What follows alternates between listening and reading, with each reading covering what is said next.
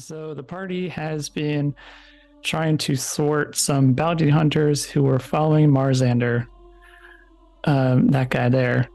They found the ship that they needed to find with the information on his whereabouts. While there, they dispatched a couple of Githyanki who were also finding the information. They found what they needed to destroy. They took it. They didn't destroy it, but they took it at least. While there, they found out the little automaton brain that they've been carrying around. It has a little function in there. Just needs a little power source, and it'll turn on. And it told them, who it was and what the ship is. They didn't really get much further into that. Once they found that information, they decided to go back to Mouth of Gargoyles, the town nearby, where there has been some wizards and sorcerers who have been frozen in time. They found out that they're able to release these wizards by getting a magic item from Maldwin's lair, which is nearby. They ventured into this lair. They fought off some stony guys. They eventually landed in the main area where they picked up the orb, what was it called? The petrification orb. Maldwin's spirit didn't like this. They tried to bury the party in the cave. They narrowly made it out because of Krigga. He was able to lift the rock that collapsed on the entrance, freeing the other party members. They took this orb to the town center and freed everybody from their petrification. And then that was it. We won't speak of anything else that happened towards the end. That's where we'll start. The party has a destination over in Skullcrag. Is that what it's called? Mm-hmm. Okay, Skullcrag. Yep. For a little side thing, I guess, that Sinead needs to go do. Okay, so did I miss anything? Bones, I gave Sinead the Pearl of Power at the end of the last episode, right? Yes, because we kept putting it in our mouths. Yes. I'm pretty sure I ended up giving it to you. Is it an item that I need to put in? I think you have it switched. Sinead got the petrification orb. Yeah. Okay. Do you want to keep it that way, or no, I couldn't remember which one was which from last week. Got it. Yeah, those two items should be in your journal. Yes. I just feel like I'd like to put this out here before we start tonight. It's Cormyr, Return of the Purple Dragon. I think we need to maybe add an additional subtitle to that. Mm-hmm. Like Cormyr, Return of the Purple Dragon, in parentheses, what happens in Cormyr stays in Cormyr. I think we can get that strangely appropriate. Carry on. Okay. Any other fun comments from anybody? Love you. Thanks, Bones. Okay. Let's see. So you all, I also forgot. Let's see. Eridan was with the party. He decided he would leave once again to look for his sister and promised that he will meet Sinead in Skullcrag when that is done. He didn't kiss her, though. Yeah, that's true. He had a lot on his mind. I guess. Yeah. Yeah, he's busy thinking about his sister, bro. Mm-hmm. Red flags. I don't Red know how, flags. Red flags! I don't know how viable this relationship might be, but we're just gonna carry on regardless. Okay. All right, let's see. So you hitch up in your cart again and set out along the road in the King's Forest. As you're making your way down this road, you make around a bend and you spot a patrol of stern-looking knights approaching you from the other direction. Their armor and tabards were pleasant shades of purple and lavender.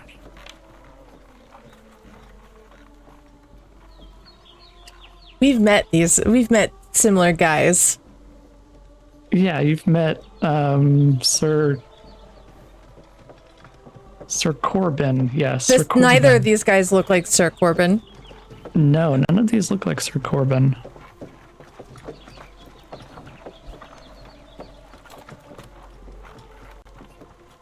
And we're cool with these guys.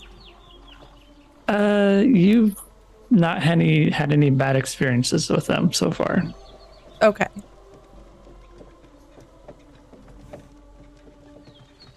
All right, so these knights approach you. The leader raises his hand, calling for the patrol to stop. Are Yeah. they... Oh, sorry. Go ahead. Oh, okay. He yells out, "Well met, travelers. I am Sir Alaric, a captain of the Purple Dragon Knights. State your business on this road." It's Sinead and Nimue up front still, correct? I don't think, yes. Yeah. The usual Sinead- setup. Yeah. Sinead will wave and say, "Hello there, knights, sirs, and the like. I'm on my way back to my temple in Skullcrag. I got a lot of priestly things to do."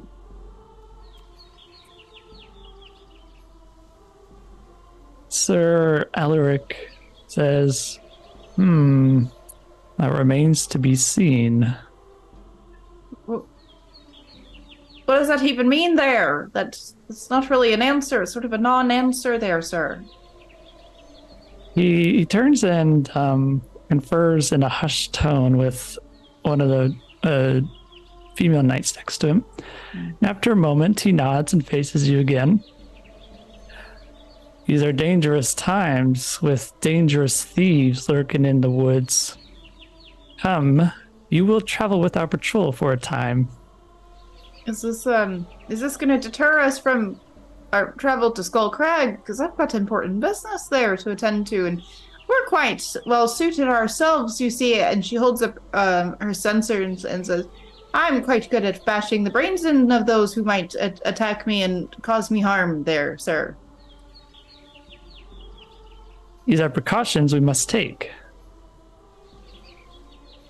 But again, is it going to deter us from our path? Because we've got quite the ways to go.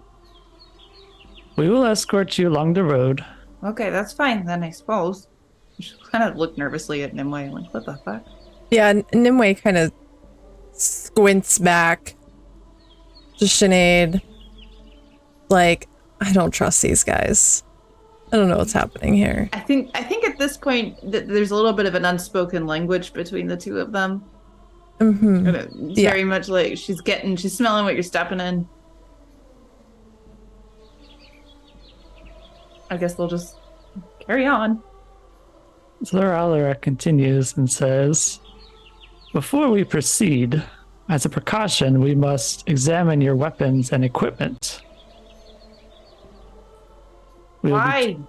We will check for any banned or dangerous items. What might be considered a banned or dangerous item there, sir?" Weapons of untold destruction, such as cannons. I'm sorry, Sir Knight. It doesn't look like we're carrying any cannons or if we have the capacity for cannons. That is why we must inspect your equipment. What other things are you looking for that might be banned or dangerous or whatnot? Because we're quite capable adventurers, you know. I'm a cleric for the god of death, for Kelmfor. I'm quite capable. The list is very long. The list is provided from the dragon. The purple dragon handbook. I would like to insight check this man, if possible. Okay, go ahead. It's a 17 total. Okay. So what are you I was thinking if he's lying or if he's like up to something sussy. Because this feels pretty sussy. Okay, so you do find it questionable that he's not he's kind of like making up the answers as he's going along. You also notice that he is keeping his face hidden behind his helmet. He's looking down, so you can't really see his face. Sinead's gonna kind of shoot a quick glance to Nimue. It sort of screams, "Get ready!" And she's gonna hop off the cart and approach this knight and say, "I'm sorry, Sir Knight. Would you be so kind to show me your credentials there?"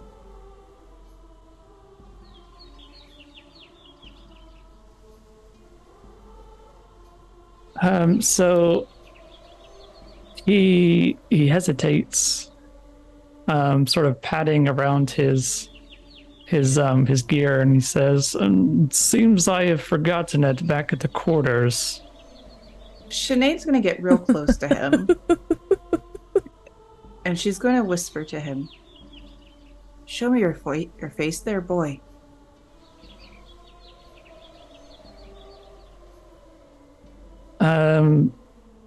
He points his head further down, and he begins to step back. Sinead's going to lean into him. "I said, show me your face there, boy." You see him reach up to put his hand under his helmet, and he gives out a loud whistle. Sinead's going to attack him with her sensor. She's going to hit him. And Wait I a would like second. to use... Oh, damn it. Yeah.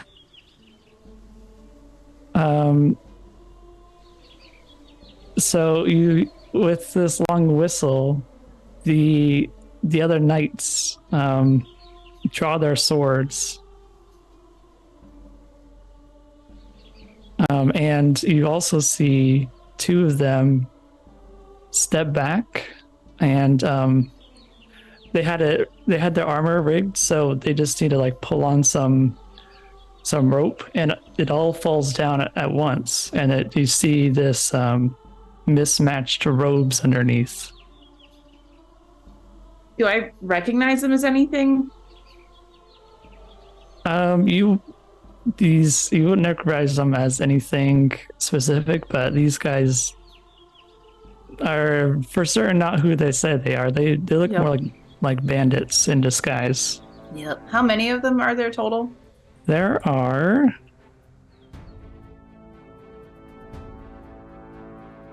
3 which are still in like armor, and 2 of them have dropped their armor and revealed these robes. So there's 5 total. Yep. Can I hit him, the guy I was talking to now? No, now we can. Okay, I'm going to use an advantage, and I'm whacking him with my sensor. Is a...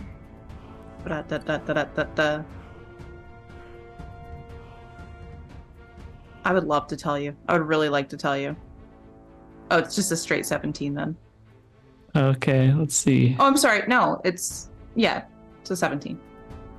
All right, so you swing at this this bandit in disguise, Mm-hmm. but you clink against his armor. Damn it. Good boy. Krigga and I would have heard all of this from the cart, right? Yeah, of course. Would I Alright. be able to sneak out of the cart? Or try to at least? Let's say you were able to sneak out once Sinead like started questioning them. You want me to roll for stealth or anything? Yeah, let's go ahead. Alright, that's a +8. Let's go ahead and get this roll. That's a 10. Okay, nice. They definitely saw you getting out of there. Okay, well. Good job. All right, let's roll for initiative real quick. This better not be a good roll.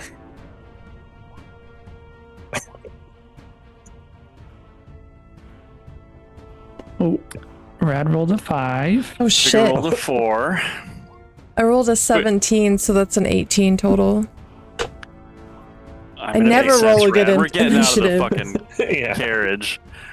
I'm just gonna say that was better than my last roll. I'm moving up. There you go.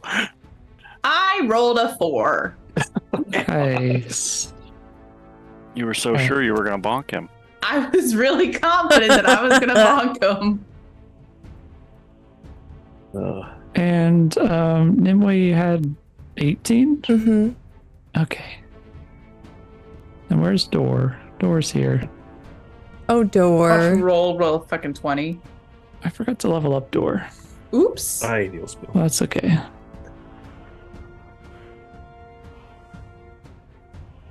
All right. Is everybody here? I think so.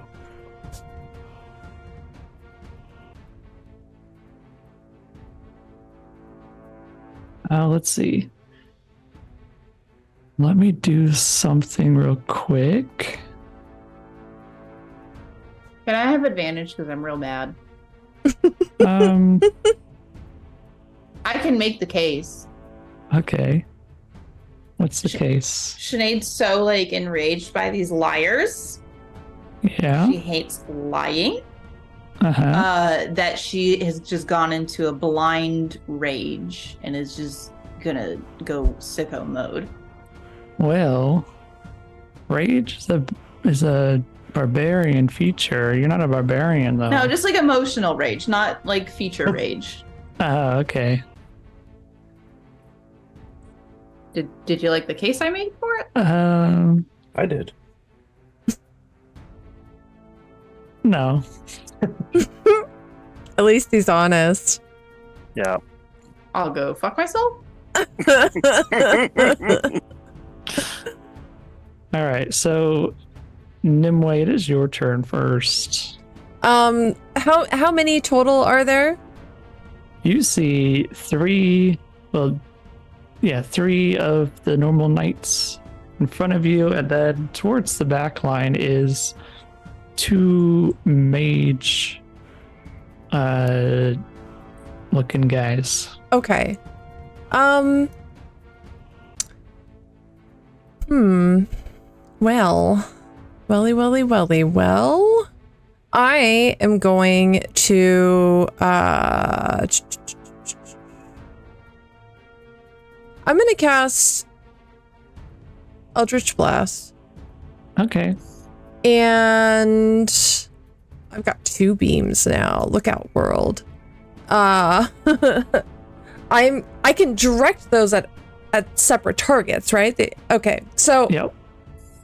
I'm gonna cast Eldritch Blast on the 2 flanking the one that Bones is standing in front of. Okay. So my first roll is a dirty 20. Nice. You're gonna And hit. the second is a 12. Okay, that second one will not hit. Okay. So first guy will take 8 damage. Nice. And that is my turn. Okay. So next, the bandit mage is going to unleash a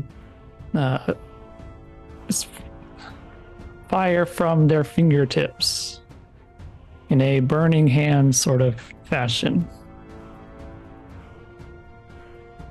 Let's see. And that will hit. Oh, I forgot. Sinead needs to be in the front line. There we go. So Sinead and who else is on the front line is Oh, I forgot something. yeah. So that 8 damage is actually 11 because I have agonizing blast that I got. Right. Okay. My bad. I'm gonna have to remember that now. It's okay.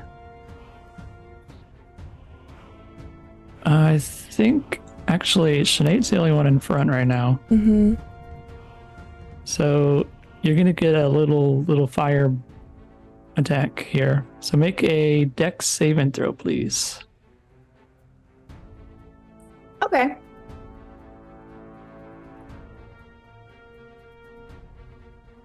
I rolled a 1. Okay, so you will take 3d6 damage, Ouch. which is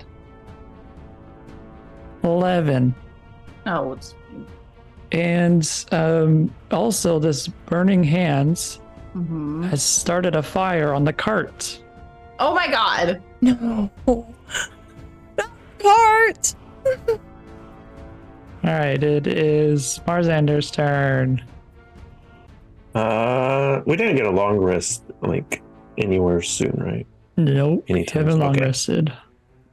Just wanted to double check on that.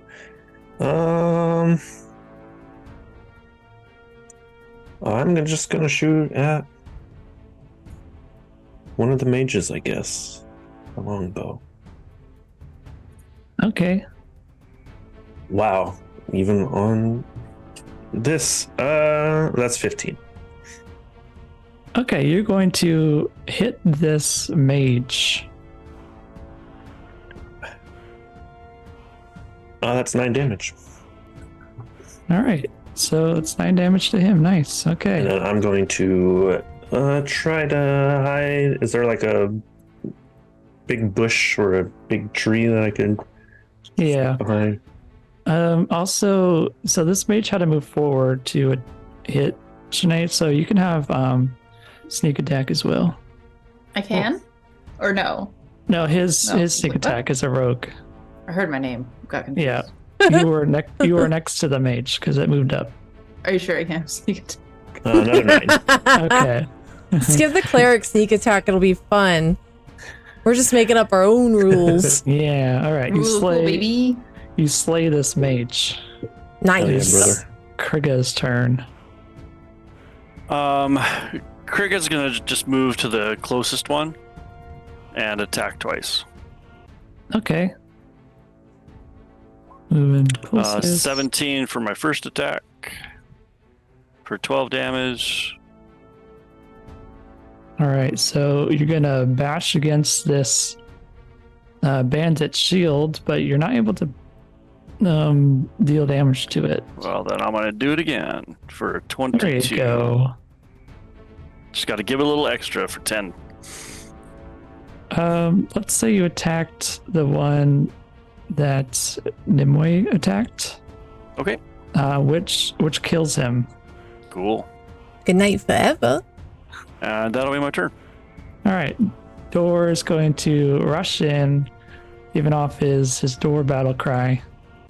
I don't know what that would be. Well, but please imagine give us a door battle cry. Yeah, you got to. You man. can't tease us with that. You can't dude. tease us like that. Give it to. Perfect. It's exactly what I wanted. All right, there you go. Oh, Kitty did not like it though. Let's see. Aw. He's going to attack one of the knights.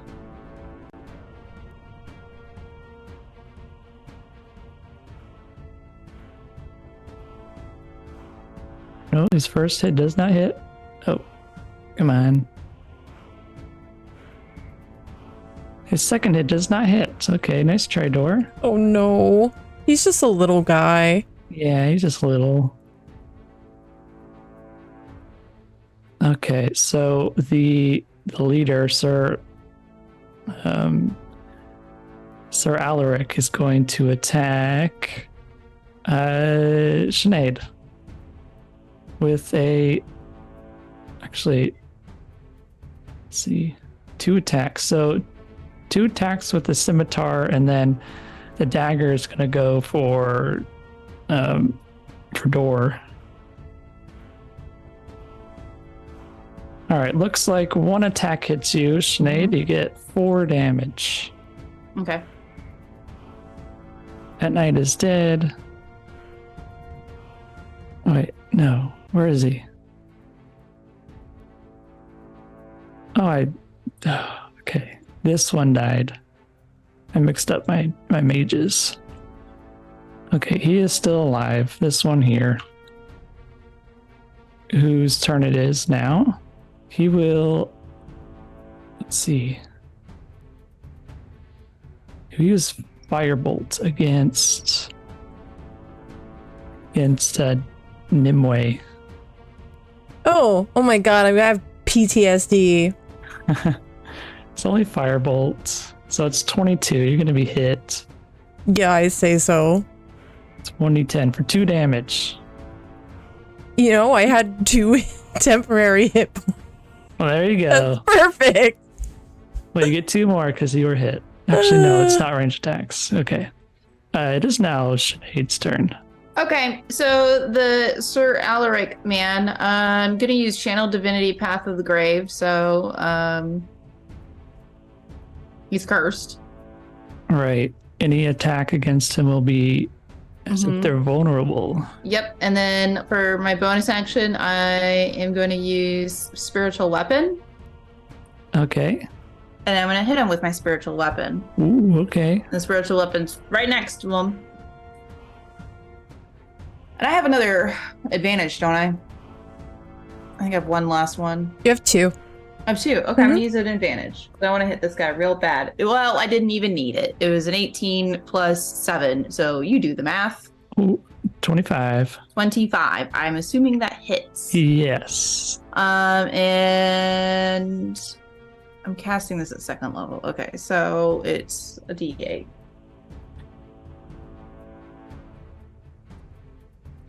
7. Well, he's cursed, so I get... Is it max damage or no? It's 50% more damage. Oh, okay. Well, then you do the math. Okay. What was it? It was a 7. Oh, okay. 7. So that's plus 4. So that's 11 damage. Nice. Yep. 7 plus. Isn't it 7 plus my spell casting as well? Yeah. So it's 7 plus 7 plus 50%. So that'll be 14 plus 7, which is 21. Yes. Nice. Big damage. Let's see. Now it is one of the other knights' turn, who will attack. Well, let's attack Door. Door seems kind of easy pickings up here. If they kill Door, I will riot. Okay, he doesn't hit him, so he's good. We're back to Nimue. I'm still in the front seat of the cart, and the cart is now on fire. Yeah, it is on fire. And we have 2 horses, right? Yeah. So I would like to leap forward onto one of those horses, and for my action, I would like to try and cut the horse from the cart. Okay, you can cut the horse. You have a knife? Or I do. sword? I have a sickle and I have a dagger. Okay, yeah, you can cut them. You also have that sword I gave you. I do. Yeah, I imagine she kind of jumps forward and scrambles on top of this horse and pulls a dagger off of her hip and starts cutting off leather straps. And I would... Is that my turn? Can I move with the horse? Yes, you can move with the horse. I would like to try to trample the mage that just firebolt bolted me. Okay, let's see. Riding horse. Are you on Crankshaft or Leroy? I'm on Leroy. All right. Are you so shouting Leroy Jenkins? God damn it. You can command this horse to attack. So give me, roll me a fly in here. Roll me a d20 plus 5. Okay. That's 21. Okay, now roll me 2d4 plus 3 for the damage. Sweet. Plus 4. Yep. That's 9 total. Nice. It was actually plus 3. I messed up. So 8 total. Nice. Okay. Is there one you were attacking in particular? Yeah, the mage that hit me. You said there were only 2 and the other one's dead, right? Yep. Yeah, I'm hitting that mage. I'm pissed. I'm pissed because she hit me with the firebolt. I'm like charging this horse at her and just laughing maniacally as I'm doing so. All right, that mage is dead. So now we're back to Mars. Wait, I killed the mage with the horse? No, it was the other mage. There's still one alive. Okay. The one that did the fire, the burning hands died. Yeah. Okay, let me see here. So, say that again. Both mages are dead, or One is still alive. one is still alive? Well, I'm gonna go ahead and shoot that one. Okay.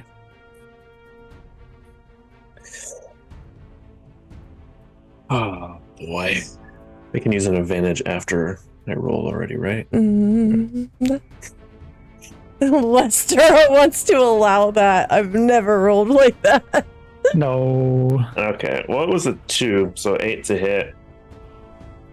And just in case you said yes, I rolled again, but it was still a 2, so I'm glad I didn't do it. Yep. I can't roll on any. My physical dice are rolling like crap. Beyond's rolling like crap. 20's rolling like crap. This is great. Buddy.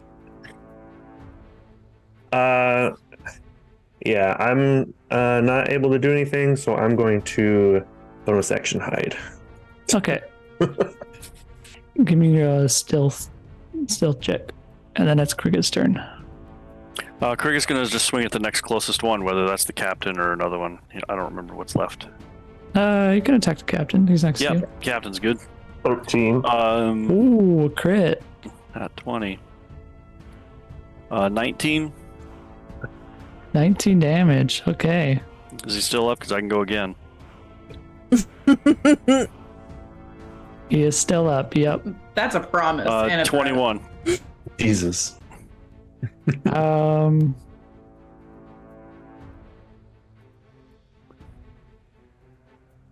just the 14. Okay, you're gonna hit him. 14. All right. He's looking worse for wear. That's my turn. All right, it's Door's turn. He's gonna slash at this knight that you missed before. All right, Door, let's do it. You got this, Door. Oh, We're all cheering Dora on. Door hit him. Yeah. For 4. Door. I mean, he did waste all that money on fancy gear, so I hope he's hitting people, or I'm gonna go tell his wife, Nabella. Well, he doesn't have a magic weapon, so he's just hitting like normal. But he is gonna attack twice because he's level 5 as well. Ooh, we hit him again. Oh.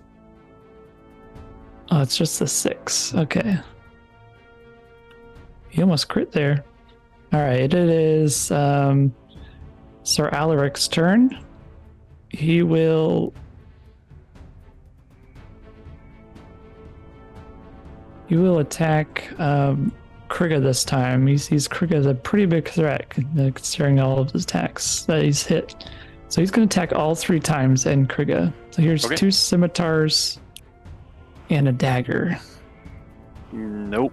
Which all of them miss. A couple probably clanged off my shield or my chest plate or something. Pretty close. Yeah. The mage that's been kind of hiding in the back, he's going to move up as well and cast Burning Hands. This time on let's do Krigga and Door. So let's get dexterity saving throws, please. Door makes it. 16. You also make it. So let's see, what's the damage here?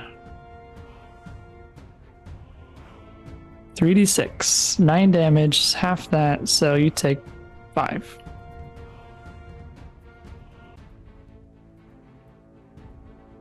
It is now Sinead's turn. I'm gonna attack the man I've been attacking.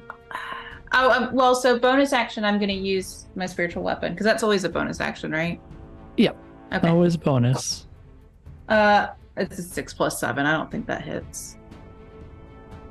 No. No. Okay. And then for my actual action, I'm going to use Sacred Flame, which is it's a dex save at DC 15 for you. Are you doing it on the captain and Sir Alaric, or? Yeah, Sir Alaric. Okay. I want him dead. Dex save 11. He fails. So he takes a D8. It should be. Is it higher now? Yeah, it should be higher. It does not indicate if it is higher or not. Oh, it is. It doesn't. It's not one that gets stronger, unfortunately. No, it's a D8 plus nothing actually. Was it plus my spellcasting? No. It's max damage though, and he's still marked with the grave, so yeah. Okay. He's still cursed. So 8 plus 4 is 12. Mm-hmm. Which you see him burst in a radiant flame. Nice. He falls over dead. Can I move my sword in the same action? Yep. You can move and attack. Can I? Well, I've already attacked with it. Oh. So yeah, you can move it. I'm going to move it to the mage. Okay. It is now the knight's turn. Who will try to disengage. He will disengage. He'll move as far back as he can. He looks like he's trying to run away at the sight of Sir Alaric, or his supposed name, Sir Alaric, his death. So it is now Nimwe's turn. We're back at the top. All right, so it's the knight and the mage are all that's left. Yes.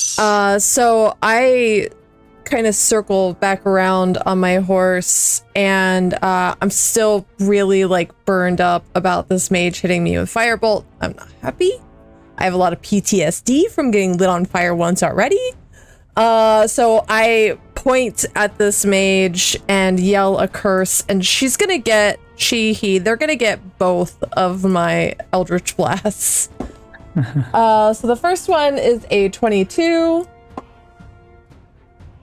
Ooh, the opalite dice are very nice tonight. And the second one is a 25. Okay, both of those are gonna hit.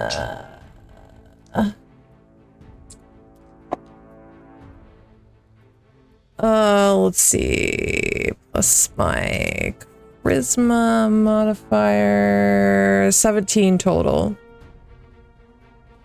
17 damage total? Mm-hmm. Okay, you're going to he wasn't even looking at you, and you just knock him out cold with these. Well, not cold, but cold as in dead. Good. With these 2 attacks. It is Marzander's turn. There's only one left. He's running away. Not if I put an arrow into the back of his knee, like I will right now. Watch this. Boom. I don't know why it rolled all that. Well, 19. It's going to go right on his back. He's going to fall over dead. Okay. I guess chuck 2 up for Mars. I guess that's good. Okay, you don't see any other bandits around. Nimue is gonna ride over to Crankshaft, our second horse, and take the opportunity to cut him away from the cart as well and tie him to Leroy and lead him away from this cart that is on. How how on fire is this cart? Can we put it out now? Well, you guys haven't put an effort into putting it out. we've so been a bit busy. It's fighting some dudes. It's pretty engulfed in flames at this point. Beautiful. Can I do create water and put it out? You could do that, yeah. I would like to go ahead and just do that now. Okay. How much water can I create? That's the question. Does it even matter? How damaged is it? Fire happens fast and aggressively. I can create 30 gallons of water, so... is it, like, honestly, without trying to meta, is it worth trying to put it out? You can put it out, though it will be severely damaged. So it's not worth. But you could still ride on it. It would be. Well, then, yeah. It's still usable. The canopy has completely burned. Now the actual cart part is being engulfed. Okay, well, I'm going to create 30 gallons of water. Okay. You splash this water onto the fire and it goes out. Well. But now you have an open cart. As long as it's still usable, I suppose it's all right there. Well, boys, we got a convertible. What's a convertible? Don't be like the breeze in your hair while we're riding through Cormyr. Right.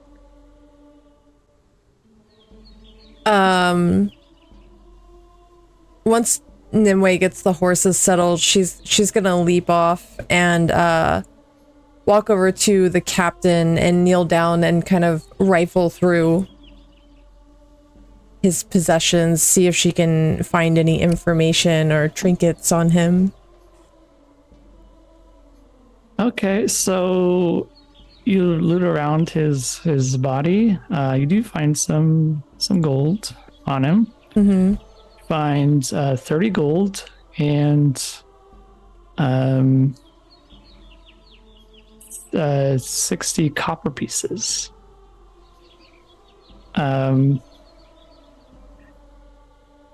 You don't see any notes or anything about him like setting up this sort of trap, but as you look around him, you definitely can tell that there are things off about his tabard as well. The one you saw Sir Corbin wear, it had an actual emblem of the Purple Dragon Knights, but you don't see that on here. So this guy probably just either made these himself or he bought them, but it's very clear that this guy like didn't steal it, or but he definitely was trying to impersonate Purple Dragon Knights. As I'm like looking over his person, do I see any kind of like distinguishing marks of like something he may be involved in, like some sort of plan or? I didn't think about that. Let's see. Yeah, let's say you do see a mark of the Fire Knives, who you've met before. The mostly Dragonborn or half dragon group. It seems this guy must have also joined up with them as sort of some grunt to. And they're kind of like like basically like a group of bandits running around Cormyr fucking shit up. Yeah, exactly. Okay. I am gonna look to the party. Well, that was a bit unexpected. The cart looks like it should still take us where we need to go. I do apologize for cutting away the horses, but I'd rather lose the cart than the horses. I agree. Indeed, and comfort is overrated anyway. Well, as long as it still rolls, then no harm, no foul, truly. Mm-hmm. Won't be as stuffy in there anymore. I'm sure it'll smell a bit better there with Door.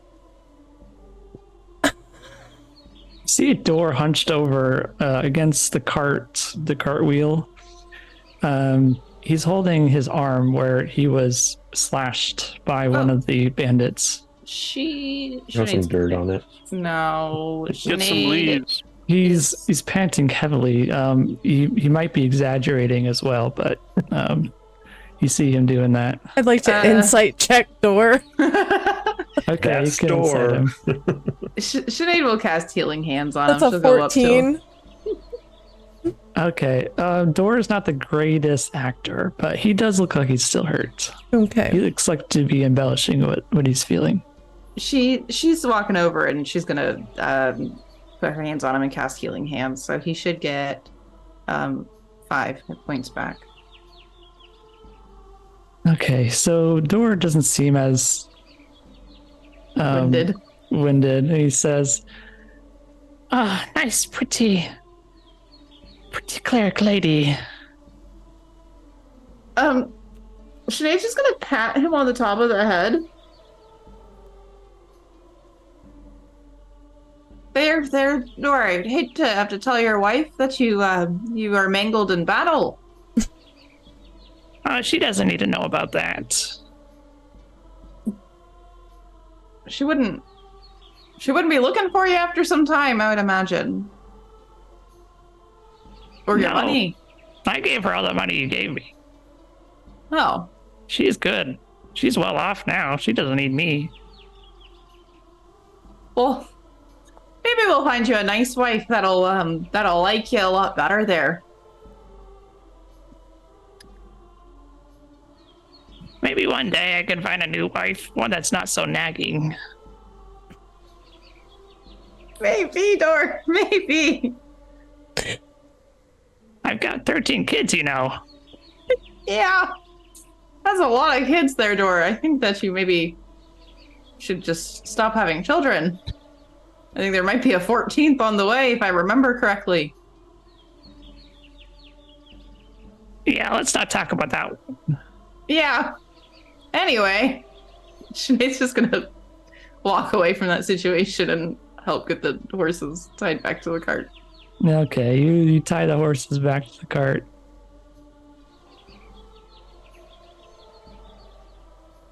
Hop on in. Yep, hop Yep. on in. Time to go back. Time to get back on the road for Skullcrag. I'm sure we can make it there.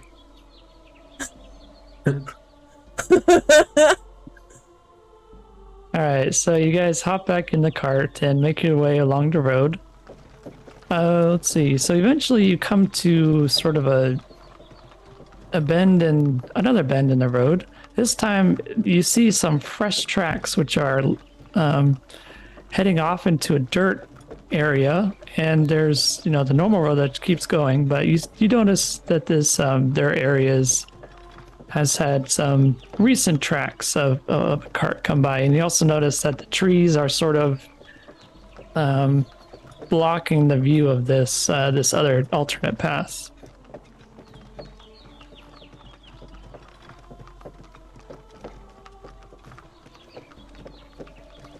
Is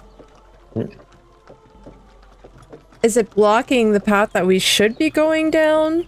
No, you just didn't notice this other path your way before because you were coming, you're coming the opposite direction. You wouldn't have noticed it, but yeah, it's not very far away from where you met these thieves, these bandits. They look like really recently fresh tracks. Yes, very recent tracks. Nimue is going to look to Sinead. Do you think that's where they came from? Highly possible there. Do you reckon we should follow those tracks and see if there's a den of them?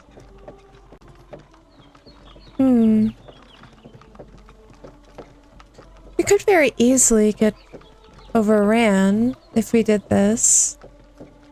And it seems as though we should probably get the Skull Crag. I agree. Perhaps if we sent word.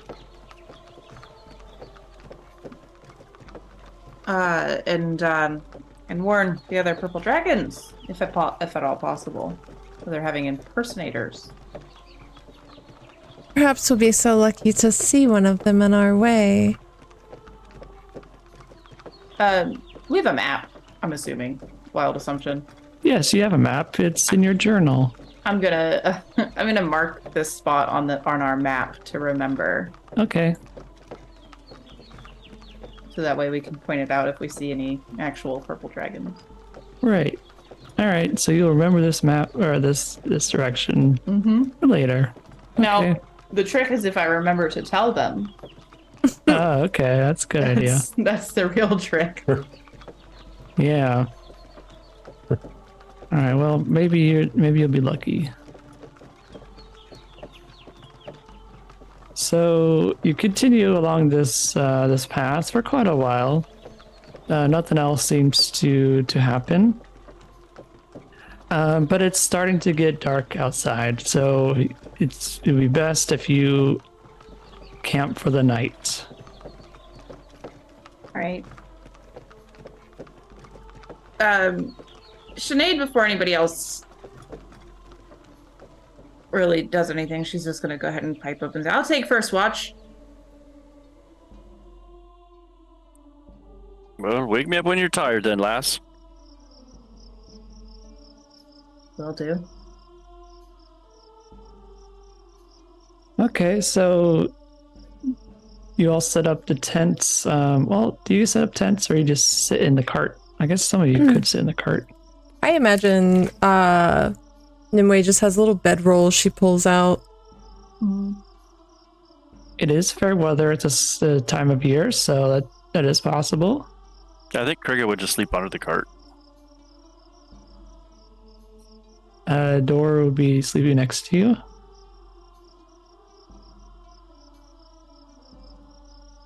Yeah, I'll probably stay, or Mars will probably stay pretty close to Nimue. Is anybody else like majorly damaged or wants healing? No, I'm not damaged at all. Okay. Just a scratch. All right. I'm gonna, while I'm taking watch, I'm gonna cast Healing Word on myself. Okay. And I should get a D4 plus 7 back. That would 4 out.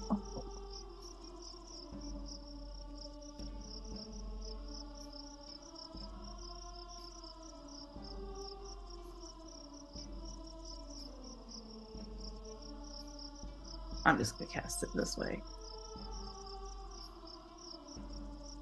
So that should be D4 plus 7. Oh, it's 4 plus 7. Nice. 11.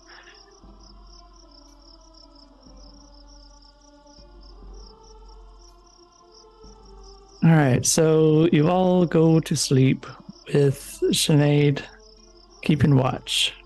And while you're on this watch, Sinead, you begin to hear a low, rhythmic drumming echoing through the woods. Oh.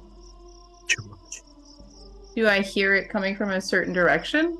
Yes, you do hear it coming from the near, it's nearby. You know where you can hear it from. Okay. Can I go investigate it, please? Yes. You move through the woods. You're moving closer to this drumming sound. You spot a clearing lit by a large bonfire. I'd like to remain hidden, just an FYI. Okay, yep. And silhouetted are cloaked figures swaying and twirling around the fire. Some of them wear antlers on their heads. And, you just see these dancers just kind of dancing around this fire. Do I see this as like malevolent in any way, or does this seem pretty benign? It does not seem to be malevolent. It seems to be some sort of ritual. Can I see if I know what they're doing? Do an Arcana check, I would assume. Give me a religion check, actually. Religion check. Ooh, Yeah. interesting. Ooh, okay. It seems they're practicing something. It's like magical in nature. It seems like a practice. I got a 19 total. Okay. So also you notice in this this circle of dancers, you see at the head of the bonfire is a shirtless older man who's wearing a lion's head. He's beating on a large drum, keeping the chanting and dancing in rhythm. But you recognize this sort of ritual as a ritual done by followers of Malar, who is the god of beasts. Sort of the god of hunting beasts, like carnivorous creatures. I see. So, kind of within the same vein of Kalimdor, a little bit. Can I move a little bit closer and sort of just watch openly? Yeah, you can move in and watch. Mm-hmm. So you're saying you want to go up closer to them? Like Yeah. revealing yourself? Yeah, but I'll have my prayer wheel out, so I want them to be aware that I am just a cleric. I am not here to do them any harm. Okay, so you approach closer to this group of dancers, and the older man with lion head on his head, he yells at you. Oh! He says, "Halt, stranger. These are sacred grounds. Wander no further uninvited." Sinead will sort of put her hand up, one with the prayer wheel and one hand open. It's kind of sort of like in an unassuming moment, and apologize. I'm sorry there. I was just curious. I'm a follower of Kalimdor, and our gods are sort of akin to each other, and I apologize. And she'll kind of back up.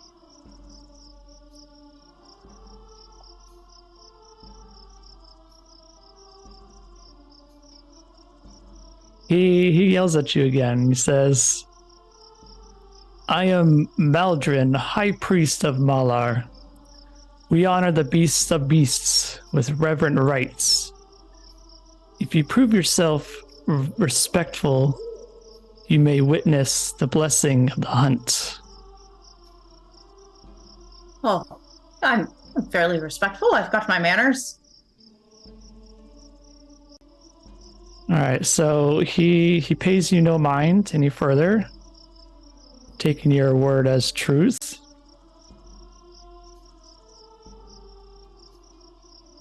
So, the dancing continues. It goes on for quite a while. All the way through the night. Well, not all the way through, but it goes on for a very long time.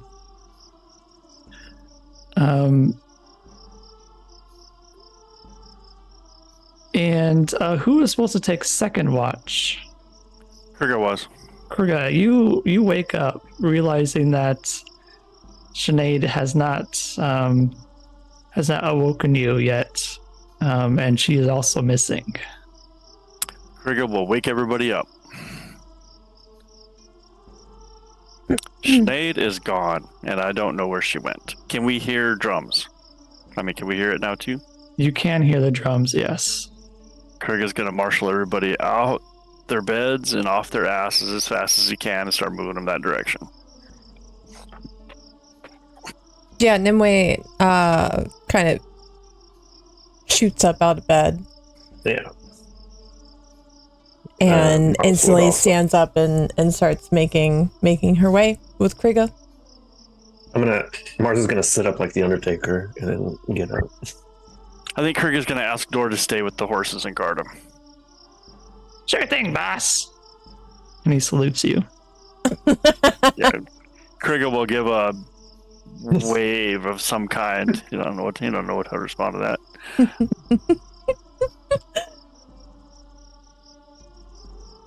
Okay, so the three of you realize Sinead's missing and go to the obvious first place is towards these rhythmic drumming sounds, where you also find these dancers, and Sinead's just sitting there on the ground, participating reverently in the ritual. Yeah. Like on her, does it look like it's on her own free will, or does it look like she'd be like hypnotized or something? Will she hear us walking up? I guess she would hear you. Yeah. Okay. Yeah. And she would like if she sees you, she's gonna like wave you. Krigga's just gonna yell, "Oi!" Now, Sinead's gonna turn around and shh. I'm watching. Yeah. You're Embarrassing me again.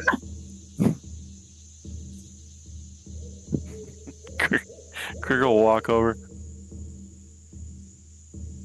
You wandered off without telling us where you're going, lass.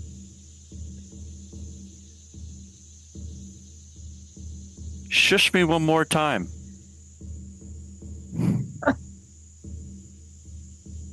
Just gonna sort of point back and very quietly say to him, I have to watch respectfully, but if I'm able to watch, perhaps I can learn something.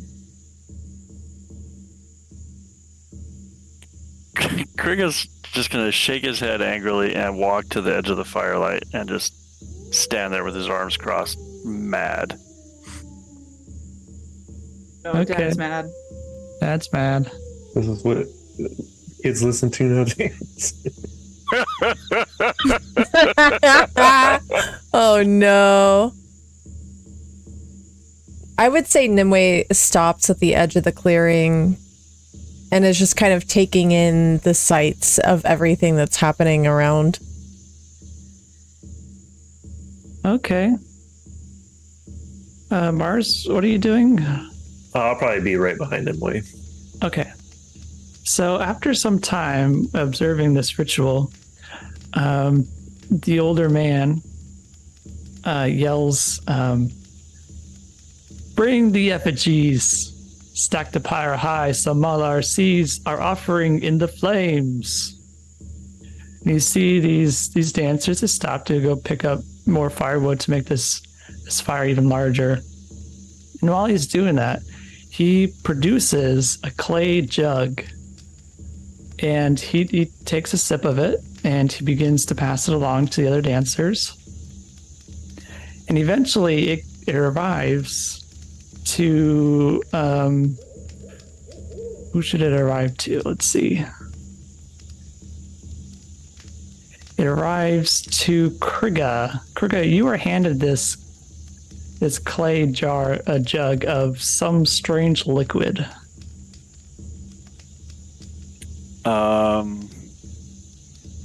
Krigga won't take it. He's just gonna stand there with his arms crossed. He won't take it. Gonna elbow him.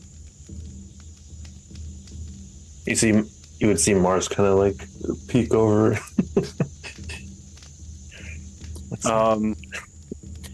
When he gets an elbow from Sinead, Krigga will pretend to take a drink from it and then pass it on to whoever's on his other side. Okay, the next person would be Sinead. Well, she'll take a drink of it. Okay, you take this drink of this very earthy liquid. Doesn't really have a pungent flavor or anything. It just tastes really dirty and earthy. And it would be next passed to Nimue. I'm like in the woods still, like you're in the looking woods. into the clearing, but so I don't know if you want me to make a stealth check for where I'm at. No, that's okay. They wouldn't pay you mind anyways. Okay, yeah, no, I'm like back in the woods, basically looking into the clearing. Okay, so Marzander would also be next to you, so you wouldn't take a drink either. So once everybody in this area has had a chance to take a drink, the older man lets out a bellowing shout that pierces the night. The dancers, they fall limp to the forest floor, lying prone and twitching as if they're communing with the earth. And after a moment, the dancers rise, continue swaying gently in reverence.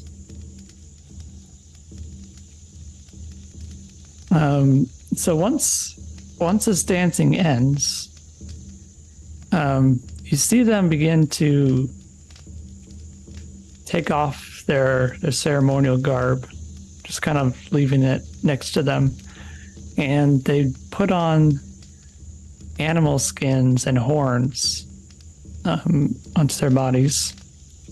And they all drop on all fours and just begin to crawl back into the forest. Okay. And then they're done? They're done. Sinead will sort of shrug. Did Sinead learn anything? Did she gain any higher knowledge? Let's see. Roll a religion check for me. It's 14 total. Okay. So you got the impression that Malar, the god of the beasts of beasts, like he's the strongest of these beasts, he was bestowing his blessing on them to be better at the hunt, which is what you could assume these people are going out to do. They get the blessing, and then they go out and they hunt for the largest beast that they can find.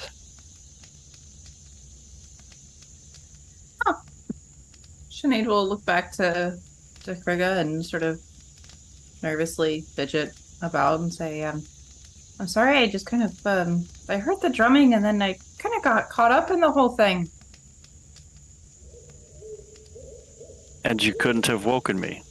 I wasn't really intentional, but it felt right to check it out, and then... And would it have felt right, lass, if you had judged this situation incorrectly and been captured or killed?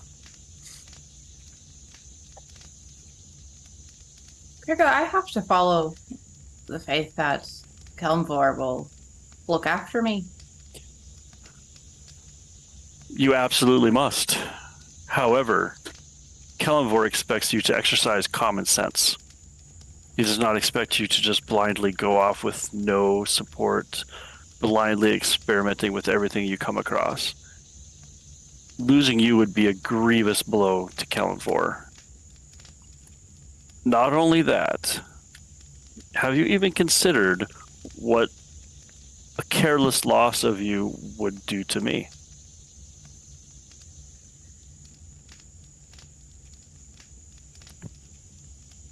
Sinead doesn't really know how to respond to that last part. And she sort of lowers her eyes and says, is the drawbridge not more important? The drawbridge is the ultimate importance. And I told you at the beginning that you may make your own decisions on this journey. You are in charge. However, it is still my job to instruct.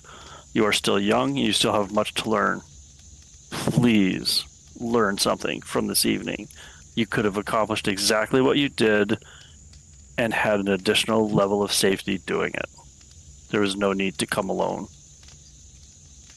Additionally, you left us unguarded at the camp. You will hear the quietest, smallest apology from Sinead. She feels very, very guilty about this, and then we'll sort of just walk past you back to camp. Krigga will walk back to camp with you, whether you like it or not.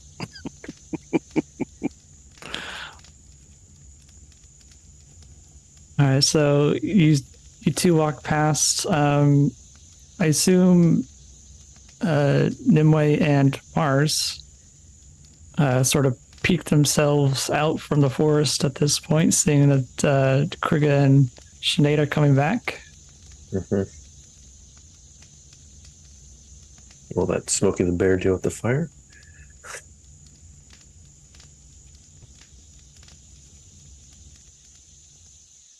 You guys gonna say anything as they walk by?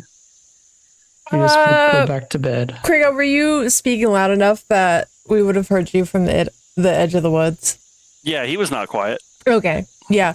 No, I think Nimue, as they were approaching to return, Nimue would have just kind of like turned around and started heading back before they made it to her. Because she wouldn't want Sinead to feel embarrassed knowing that she had seen that conversation take place.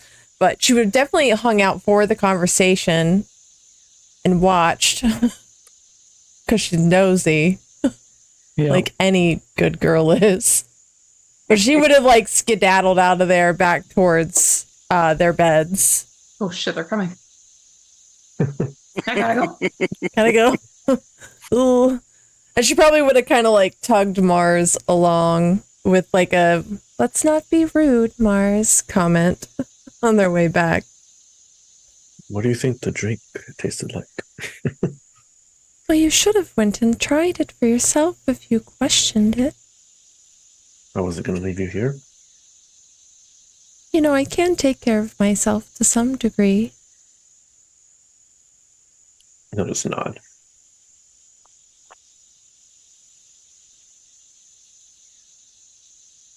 All right, so you four go back to bed. Sinead, after drinking this, you feel very invigorated, actually. You feel like you have a new sense of like finding the mark on your targets. Ooh. So Nice. when you score a crit on your attack, you can roll an additional damage die. And that will last for 10 days. Oh, wow. My dice don't fail me now. So you have Malar's blessing. Yahoo! Should have took a drink. Yep. Let's be honest, Rad, you're not going to get a crit anyway. Not rolling like I am today. Well, you roll 19 to 20 now. Mm-hmm. I'm just kidding. All right, so you guys go back to bed. Krigga, you're going to take the watch now. Yeah, Krigga's going to watch all night. He's too mad to sleep. Okay. As daylight streams into the camp, you all wake up happy and normal, except for Sinead. You wake up with stiff limbs and fuzzy memory of what happened last night. You glance down and see your arms and your hands covered in a thick, shaggy coat of dark fur.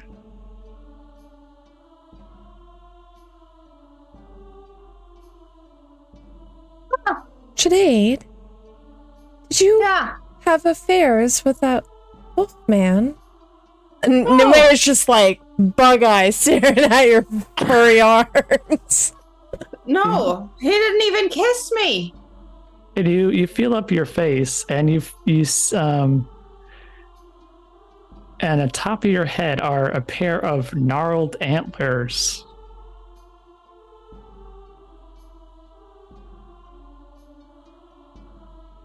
It definitely wasn't the wolf. I can assure you that. I'm afraid if we see him again, though, he might have the desire to eat you, and not in the way that you would like to be eaten by the wolf man. What do you mean? To be eaten in a way that I desire to be eaten? I don't think I ever want to be eaten. Well, I think maybe one day when you're a bit more experienced, you may. I don't think I'll ever want that. Nimue's gonna like glance to Krigga. Oh, Krigga is glaring at you so hard right now. Just non-blinking stare. Perhaps we can talk about that in private sometime. I don't know what's so private about being eaten, but if you insist. Regardless, this is a little bit of a problem, I think. I'm not really sure what to do about this. I quite like it. And she like reaches up and kind of plays with one of your antlers. Can you feel that? Can I feel it? Yes, you can feel it. Yeah, I do. Does it hurt? Tickle? Feel bad? Feel good? You just feel like someone's tugging on it. Doesn't hurt. Well, this is a bit strange, and I think last night might have been a little bit strange as well. Not sure about that either. I think we might need to ask the priest about this when we get to Skull Crag. Do I have any idea as to what has happened to me? Roll medicine check for me. Oh, that's a 19 plus.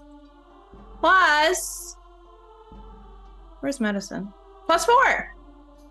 Okay, so you can deduce that it's a side effect of whatever you drink, and you can assume that it will wear off and then within a few days.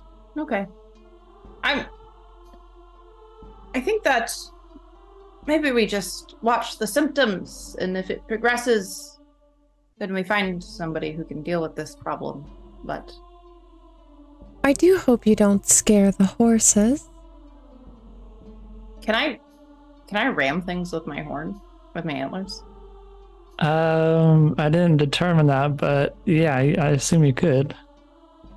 Let me see. What's I'm just Door's reaction to this?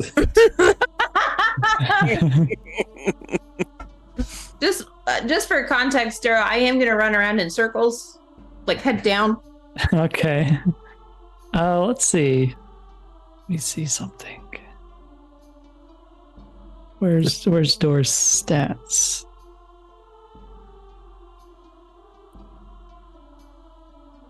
Okay, so you notice Door, Sinead, he is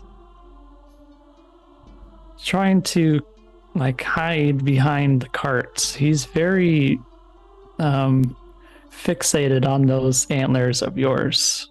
Don't worry, Dor, I won't hurt you.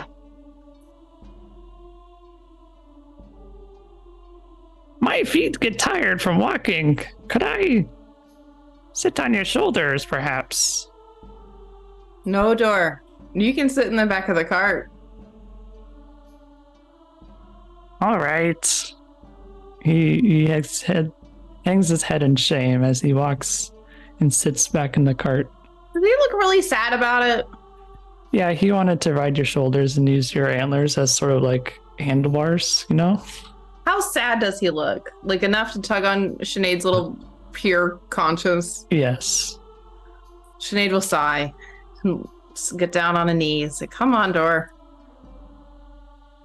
Okay, so Door, he'll hop onto your shoulders. How heavy is he? I I don't got a lot of strength. Let me see. He's like, what, 40 pounds max?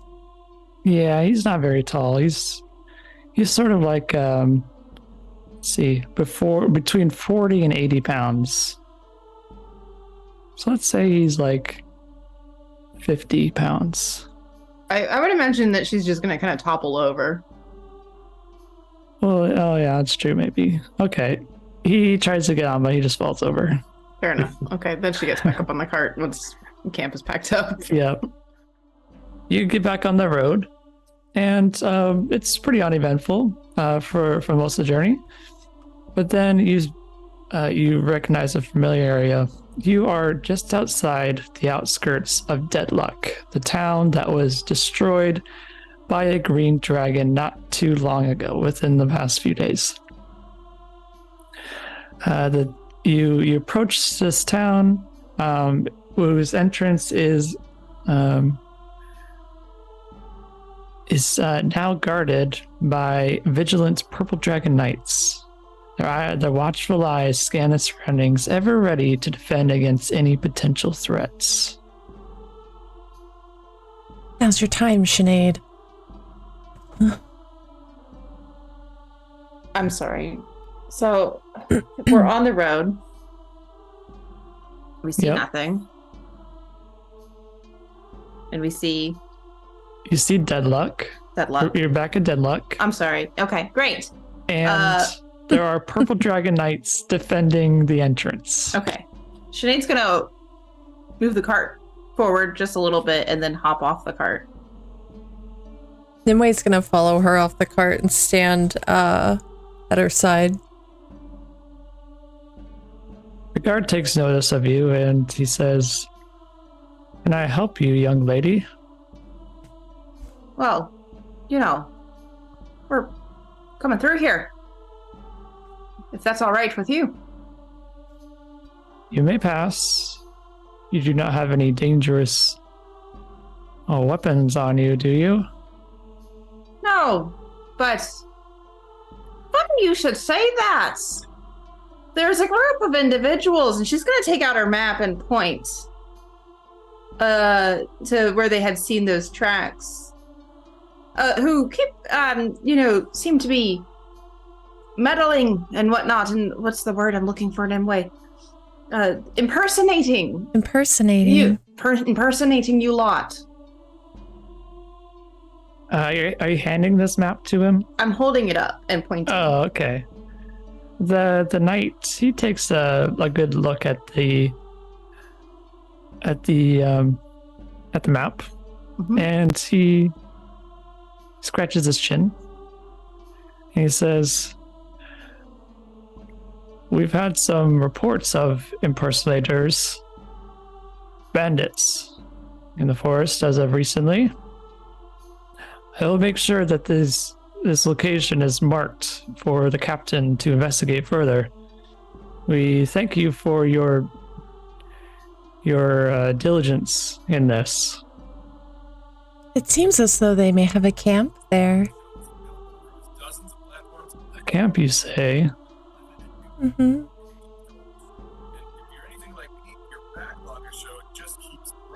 Someone watching something. Anyways, I heard something. I did too. He says,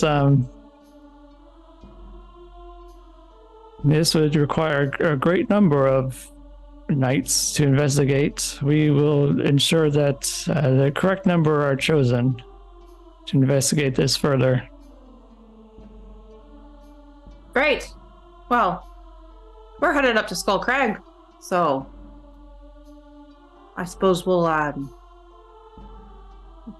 be on our way then. Yep. So you continue on through Deadluck. The town square, which was once bustling of activity, now appears to be somber and subdued. The once proud statue of Lady Amaris Huntsilver lies broken and toppled. Makeshift shelters and aid stations have been set up to help all the civilians who were affected by this attack by the Green Dragon. As you make your way through, you do notice that the stare of the townsfolk as you walk through, they recognize you as the saviors of the town, and they begin to huddle and talk in hushed conversations as you're just walking by on this cart. He's gonna wave.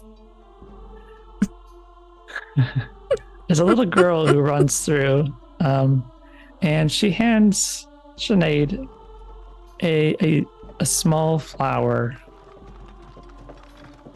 Can I put it in my antlers? Yes, you can put it at your antlers. I'm gonna do that. Okay. So you could tell.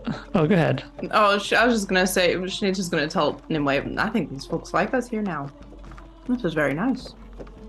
Perhaps she likes your antlers. They're quite nice. I think I might grow accustomed to them.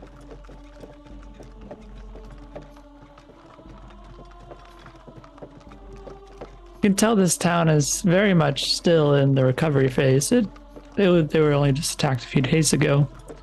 But you can tell that they're determined to rebuild better this time. Do you want to make any stops here? The lady who owns the fortune telling shop is still there. Her shop was not damaged at all during this attack, by the way. It's still standing. I feel like we Who should would've thought? stop. Yeah, let's go stop by the fortune-telling lady. Maybe isn't there a doll clothes manufacturer in this area as well? There is one, but not here. That is over in Arabelle, which is northeast of where you are. Damn it. It's fine. Anyway, we're gonna stop at the fortune-telling lady. Okay, so you enter the shop once again, and you see the old, what's her name? I don't remember what her name is. If she had a name.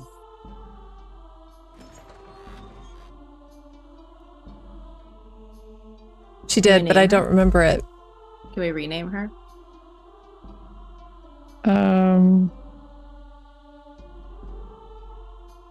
No. Okay. Not a good name. Oh, what is it? Oh no.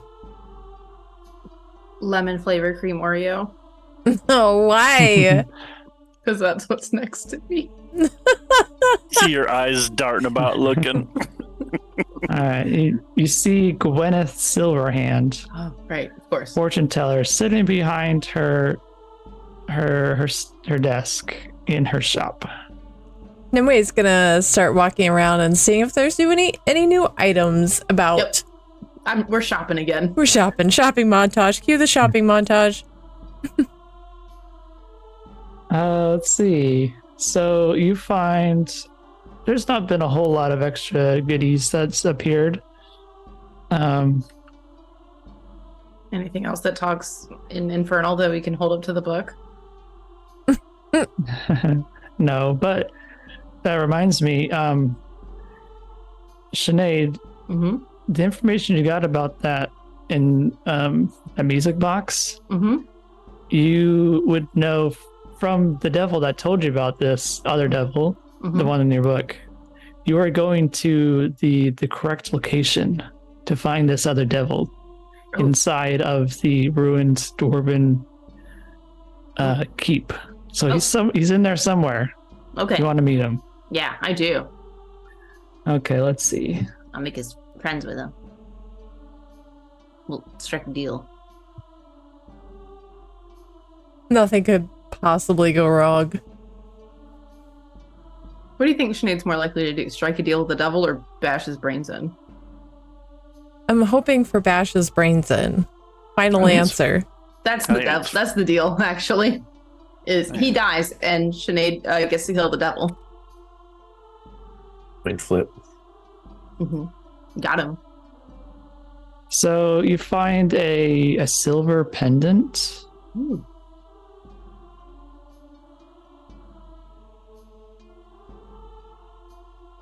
Let's see. You also find let me write this down so I don't forget.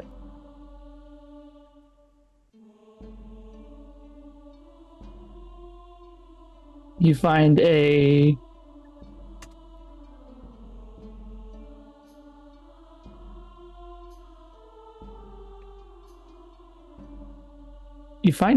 wind chime, which when you play it with, you like hold it up and you like rub your fingers against it. It sounds like someone is speaking through it, like there's whispers coming from it. I think we want that. We got more stuff to talk to us. Maybe it'll talk to my doll.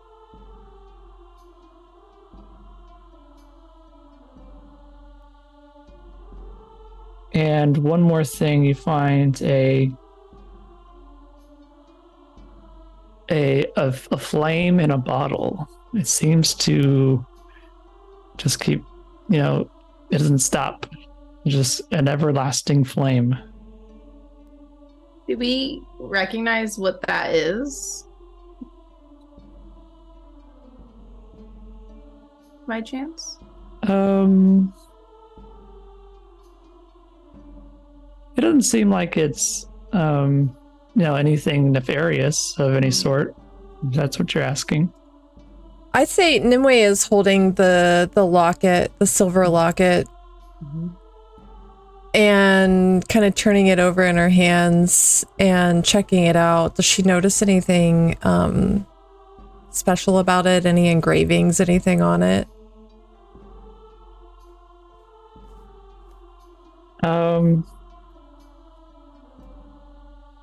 Let's see.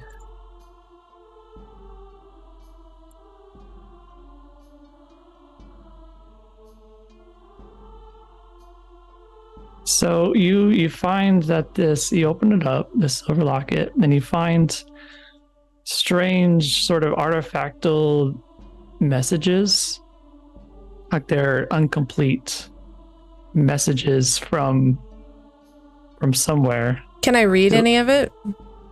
Yeah, you can read it. It's written in common, but the words, they're just all jumbled. They don't make any sense.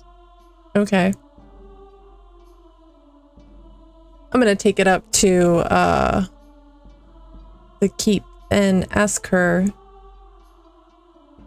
where does this locket come from? Oh, you see that locket. It was an old friend of mine's. When she died, she gave it to me, but I had no use for it. As you see, it's hard to decipher what the words mean. I assume it is the conversation she once had with her husband, but from what I understand, their marriage was not the greatest. Do you know anything else about the locket?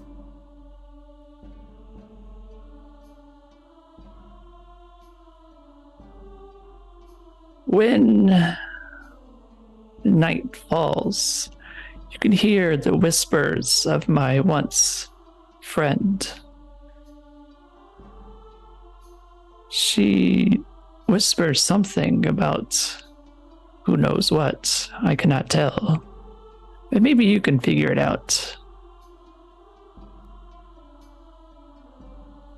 And these other items, the chimes, fire in the bottle? Chimes, I've not discovered their meaning myself. I got them from a passerby who came into the shop one day. He didn't say anything of note about it himself.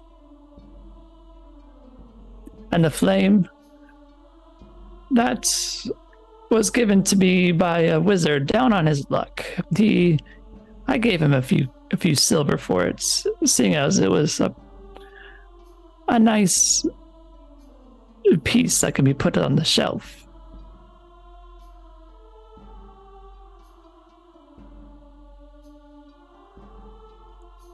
Do all of us have dark vision? Bones, does Sinead have dark vision? Mm-hmm. Ismar have dark vision. Yeah. Mars, do you have dark vision? I do not. Does the flame, emanate light? Yeah, it does. Oh. Okay. Nimue looks back to Sinead. Well, I quite like this locket. I don't know what it is or why, but reason I'm drawn to it, and I could find good use for the flame.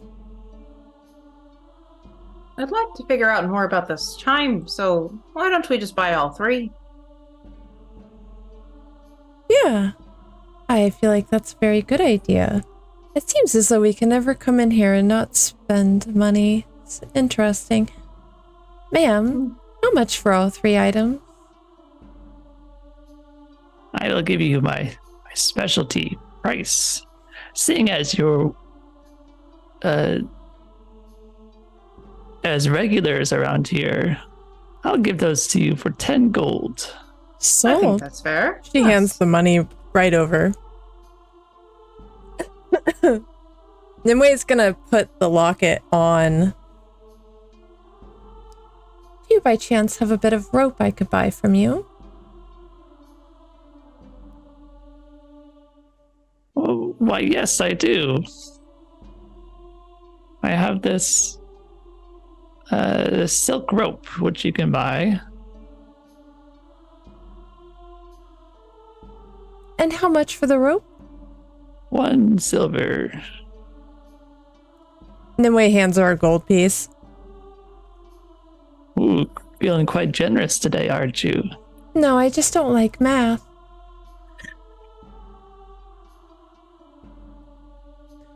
Very well then, Sinead, should we be off?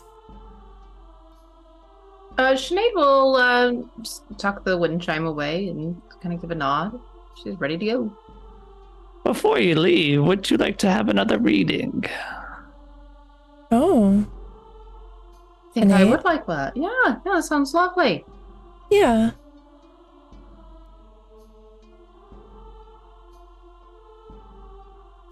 Okay, so Mars and Krigga, are you still outside? Yeah, Krigga did not go in. Okay. That place gives him the creeps. Not gonna lie.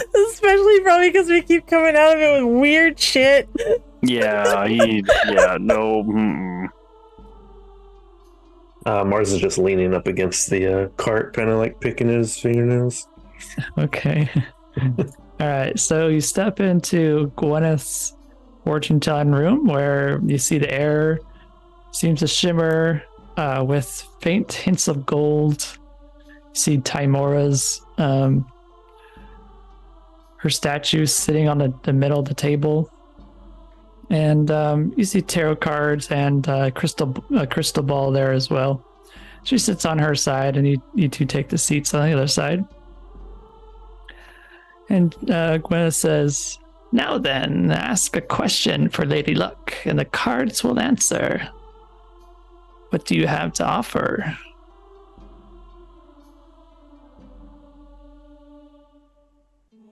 Sinead will ask,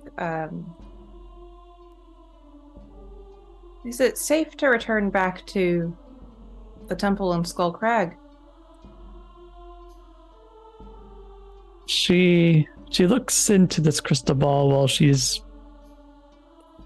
dealing out her cards, and she takes in all the information, and she says, "It would seem Skullcrag is in peril.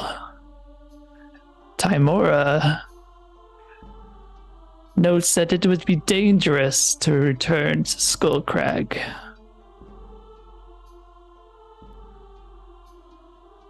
I see. Very well then.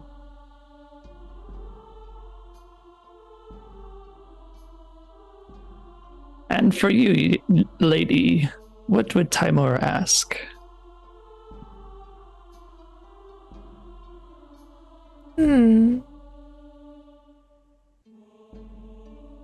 I'm not very sure.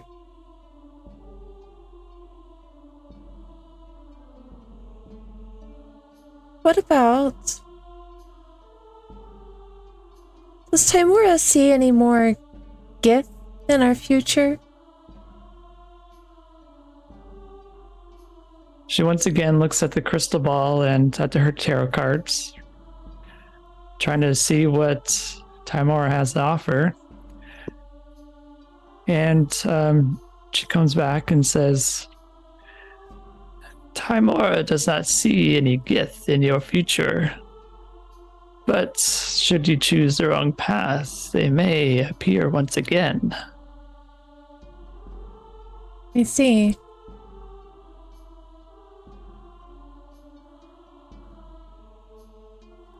Well, we best be off to Skull Crag quickly then.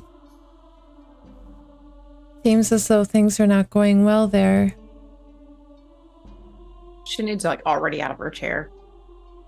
Nimue just drops another 10 gold pieces on the table and hurries out with Sinead to the cart.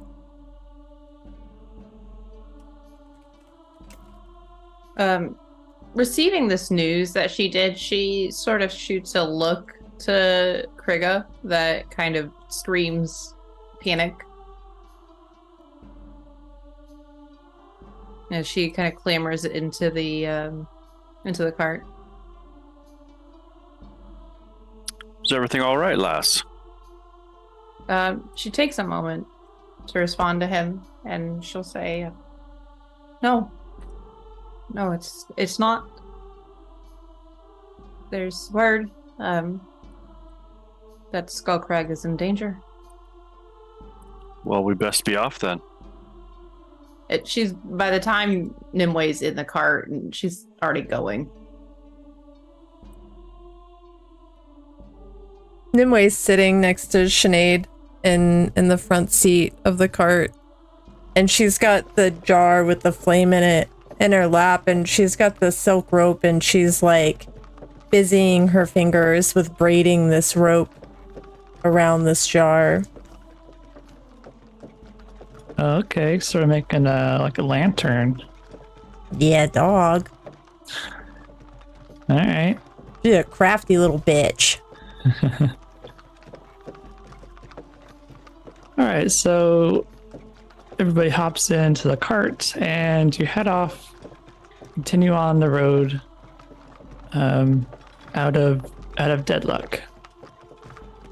And after a few hours, you eventually arrive to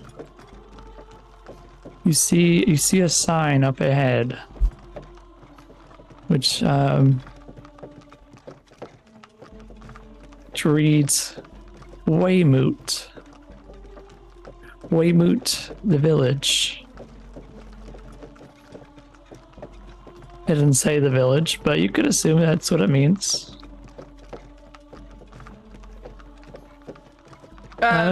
Oh, sorry. I'm sorry. Oh, good. Never mind. I already answered my own question. I'm sorry, Okay, Dara. it's all right. You go past this sign, and nestled just outside the outskirts of Weymouth is the Moon and Stars Tavern. It's a sprawling 3-story building made of stone and sturdy lumber, and a hand-painted sign depicting a crescent moon hovering above a field of stars creaks in the breeze above the entrance.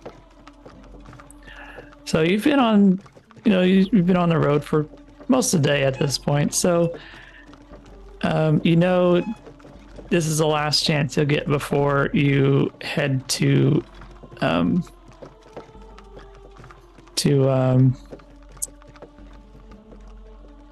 the mountains, which were called the Stormhorn Mountains. You won't get a chance to rest until you get through it.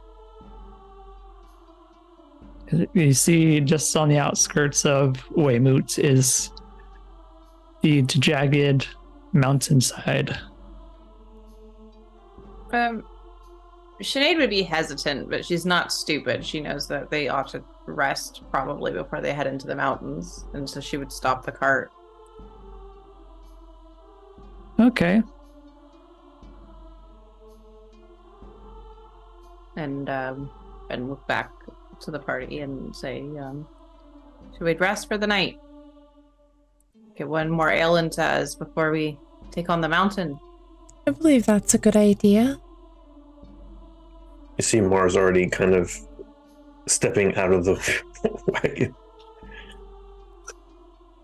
once he saw the tavern. It's always good to be rested when you go up the mountain. Nimue is going to step out of the wagon, and as she does, she's holding this lantern that she's crafted with the silk rope and the flame inside of a jar. Mars, I made you a present. He looks at you, and you can tell, even though he has a face, you've been around him long enough, he kind of gives you like, that's neat. Look. It's for when we're in dark places. Because you can't see like we can see. You can tie it to your belt and then it'll light your way. And she hands it towards you. I'll grab it. How big's the jar? It's about, I don't know, like this tall. It's basically as tall as Nimue. It's not a huge jar, but it's Okay. big enough to have a fire in there. Thank you. You're welcome. I'm glad you like it. You have a cat following you. Oh no, Coop. He's come to be a pest, I'm sure. I will tie it to the side of my belt. And kind of... Is it like hot when you grab the... It is warm to the touch, yes. But not like You won't- uncomfortable? No, you won't burn yourself. Okay, I'll tuck it like in a pocket for the time being. Okay. Like a pocket watch. But a pocket lantern. No, shut up now.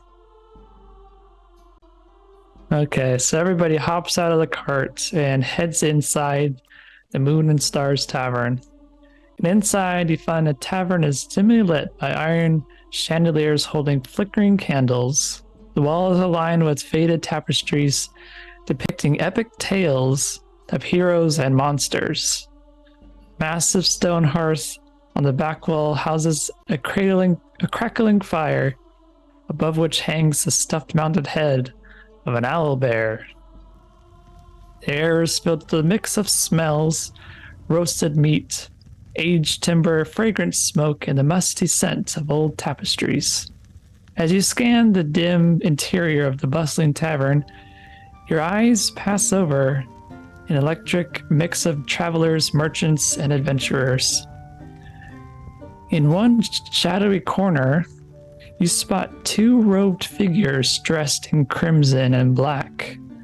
Their facial features obscured, but you can see the bearing of the insignia of the Red Wizards of Thay upon their clothing.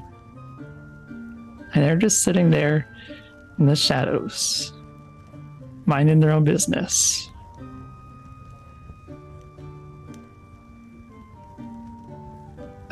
But near the hearths are a pair of figures, a man and a woman, garbed in flowing purple robes, their faces obscured as well.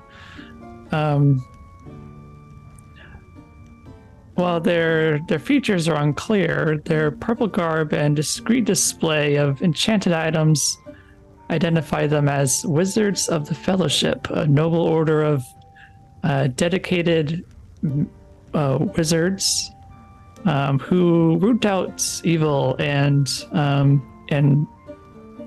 deal out justice. So as you're scanning this area, you discover that this tavern is not only here to serve regular clientele, but also as a meeting place of all manner of people, good or evil.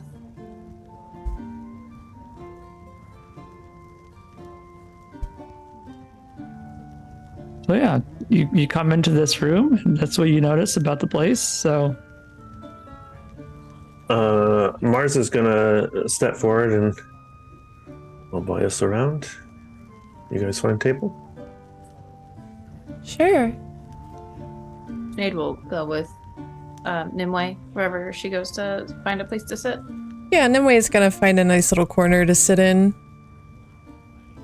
okay, Perhaps somewhere close to the wizards. Maybe she can overhear their chatter. okay. She so you likes can to snoop. The Right. sleeping gal.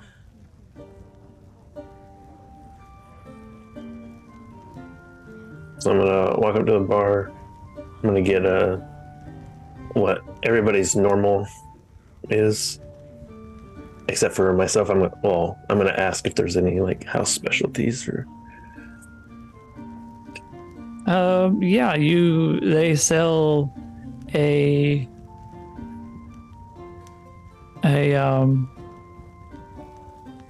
whiskey from Weymouth. Call it the Weymouth whiskey. Ours is gonna have that. Okay. And I'll just bring all the drinks over to the table. How much do I owe you?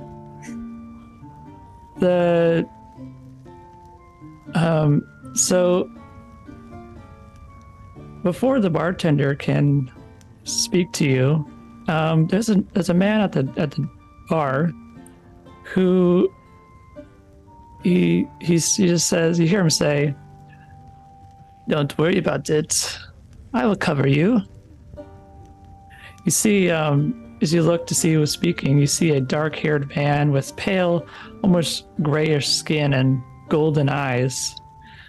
He's dressed in a long cloak and wears a pendant depicting a serpent devouring its own tail.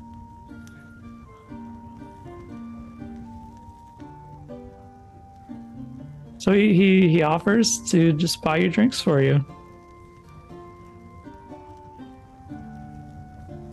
Well, it's quite all right. I'll get it. No, I insist that I buy these for you. I am always welcoming to newcomers in this tavern.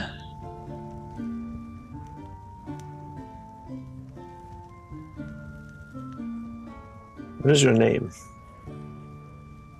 My name is Vas Surthus.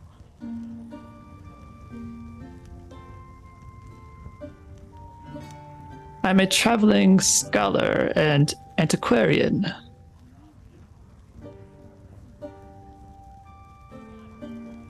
Nice to meet you. I'll owe you. Yes, we will speak at another time.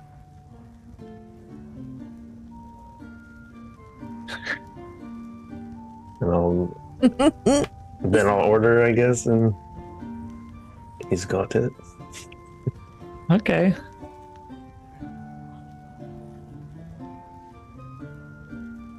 So you meet the others at this table that you're sitting at. I will hand out the drinks, and I will. There's a man that paid for these up at the bar. His name was Voss. I'm gonna try the last name. Vas Surthus. Thirstist. What was he like?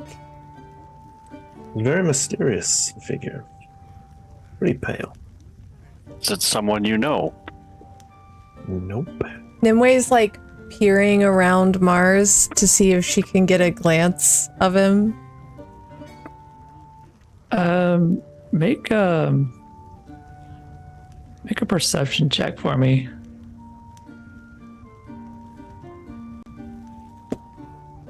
Oh my god. I rolled a 1. Oh, So it's okay. a 5 total. I see everything. Just seeing through space and time. Okay, so you look over at this guy. But he seems to be just chatting with the bartender.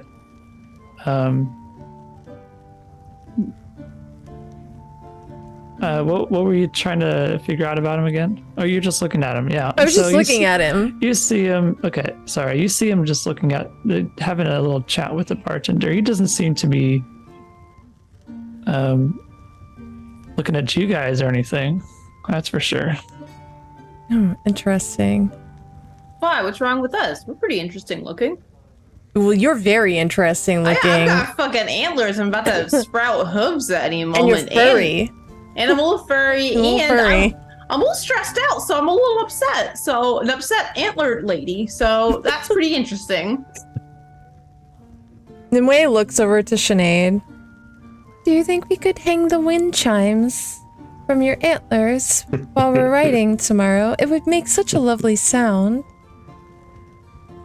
Sinead is like, in all of her goodness, is like certain you are just trying to be nice right now and like not make her like ensure she doesn't like burst into tears at any moment. And she just sort of like slowly looks at you and sort of just gives a shrug. She's very sad. She's very upset. She's very stressed. And she has her prayer wheel out and says, "Yeah, I suppose that's all right then." Like, this is not a Sinead you're used to seeing, and it's very disheartening. Oh no. Nimue, like, kind of frowns a little bit and reaches out and touches her little furry arm. You know, you are quite soft now. It's very nice. But she's just like petting you. Very, very gently. And like she has a very genuine look on her face of like trying to cheer you up. I'm helping! This is very much a there moment, I think. Yeah, but like from an autistic child who's just like, you're soft, I'm gonna pet you. There. Sinead just sort of like, she can't help but just sort of give you like a half smile. And she'll say, "Oh, thanks very much there, Nimue. It's quite nice of you to say." And she'll turn her direction briefly to Krigga and sort of like shoot him a look of please do the dad thing, like the nice dad thing, not the yell at me dad thing. Krigga's gonna gently touch the tattoo on his arm, the drawbridge, and say, "Perhaps we could commune with Niven tonight before bed." I think at this time it's imperative that we do. I think perhaps we could gather some information, should he be forthcoming with it, but you might find comfort from him as well. I could do a bit of divination. We could ask the bones. If you have any further questions, that is, before we make it to Skullcrag. In this moment, you see Sinead sort of, she sort of stiffens, and there is regret running across her face. And she'll look to Nimue and say, "Well, I don't want you to think that I'm not glad to be out on the road with you and to know you in Mars. But I can't help but feel some level of guilt and shame here. Had I stayed at the temple, perhaps this would not have occurred." I understand.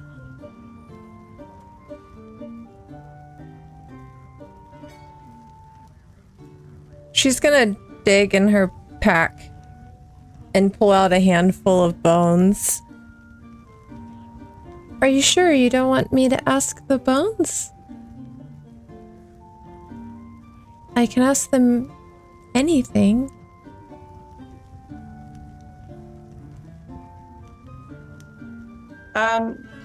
She thinks for a moment. She's not even sure really what to ask at this point. She sort of knits her brow together and she says, "Will you, are you able to find out if the other clerics and the priests and priestesses there are safe, at least, are alive?" I can ask, yeah. And Nimue is going to hold the bones to her mouth, and she will whisper Sinead's question to them, and then she's going to shake them and toss them onto the table. And as she does that, she's going to cast Augury. Okay, so by casting this, you receive an omen. So you'll get like a good sense or a bad sense or like a in between sense. So what specifically are you looking for? we're trying to find out. Well, Sinead's trying to find out if the priests and clerics at Skull Crag Temple, are they still alive? Nimue gets. Oh, whoa.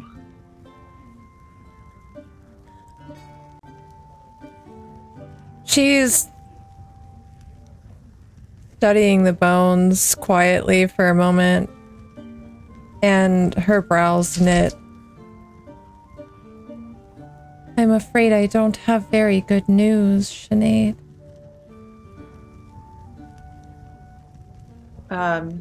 With that, Sinead will look back to Krigga with that same sort of helpless look on her face.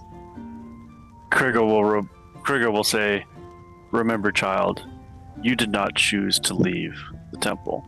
You were sent away by Kalimvor. However has happened, whatever has happened, it is necessary in his plans. We simply must follow the path and do what we can."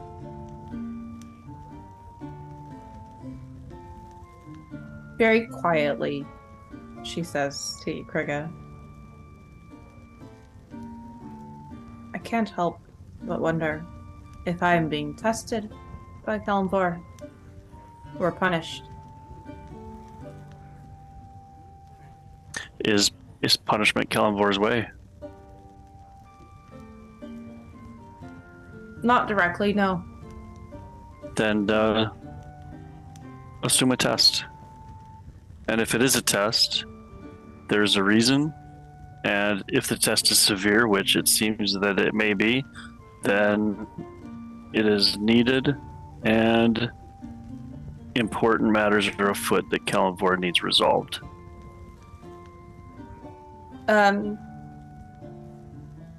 She'll sort of give a nod to this and excuse herself from the table. And she's already got her prayer wheel out, and she's headed to go sit outside for a brief moment, and she'll say to the party, if you'll give me just some time to work this over. Take all the time you need, Sinead. Indeed, and when you are ready, we can go upstairs and commune with Niven directly. And perhaps we will get further guidance, perhaps not, but I think comfort will be coming. I can only pray for such. That's the best that I can do. And with that, she'll go ahead and depart outside for the time. Okay. At that moment, as you're leaving, Voss, he steps up from his seat at the bar. He comes over to the table. He says, "I hope your friend is all right." Our friend? Who do you speak of? Yes, the goblin who's outside. I know you said that there were some markings on his outfit. Do I recognize any of those? Give me a... I have recognized them. Well, you didn't ask, so Yeah. give me a history check. History? Okay. Yeah.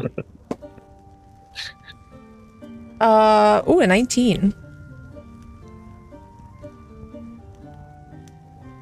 Okay, so you've not seen this one specifically, but it is reminiscent of other UNT emblems which you have seen.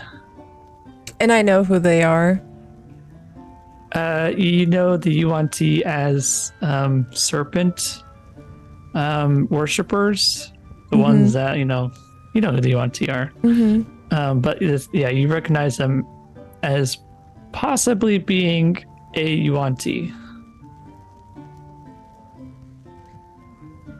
Why do you speak of the goblin like this? Why would he be not well. As she's saying this, Merlin takes off from her shoulder and starts flying to get outside. Well, he seems to be stumped over against the wall. And Merlin flies out the door as it's opening, and he sees him laying against the wall. He seems to be unconscious. Mars, there's something wrong with him. We have to go find out. She kind of like squints at Voss. Did you have something to do with this? Not at all. I'd like to insight check that. Okay, go ahead. I'm gonna start. Mars is gonna start to get up from the table. That's a 16 total. You can tell there's something sus about his answer. Something he's hiding. I'm gonna reach out and grab him by the wrist and kind of hiss under my breath, "Don't lie to me." And as I make contact with him, I'm casting Charm Person. My favorite. Yeah, Okay. boy. Let's see. Yeah, we got a new friend. That's a 14 wisdom saving throw. Let me see.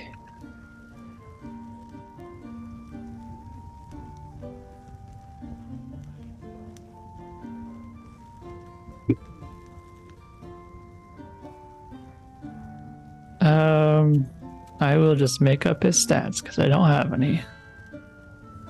He has Okay. really bad wisdom, right? Really bad. No. Really shit wisdom. He's not a wise guy. He seems to be able to overcome your spell. I rolled an 18, so he would have made it without That the fucking bonuses. bastard. While this is happening, would Sinead find?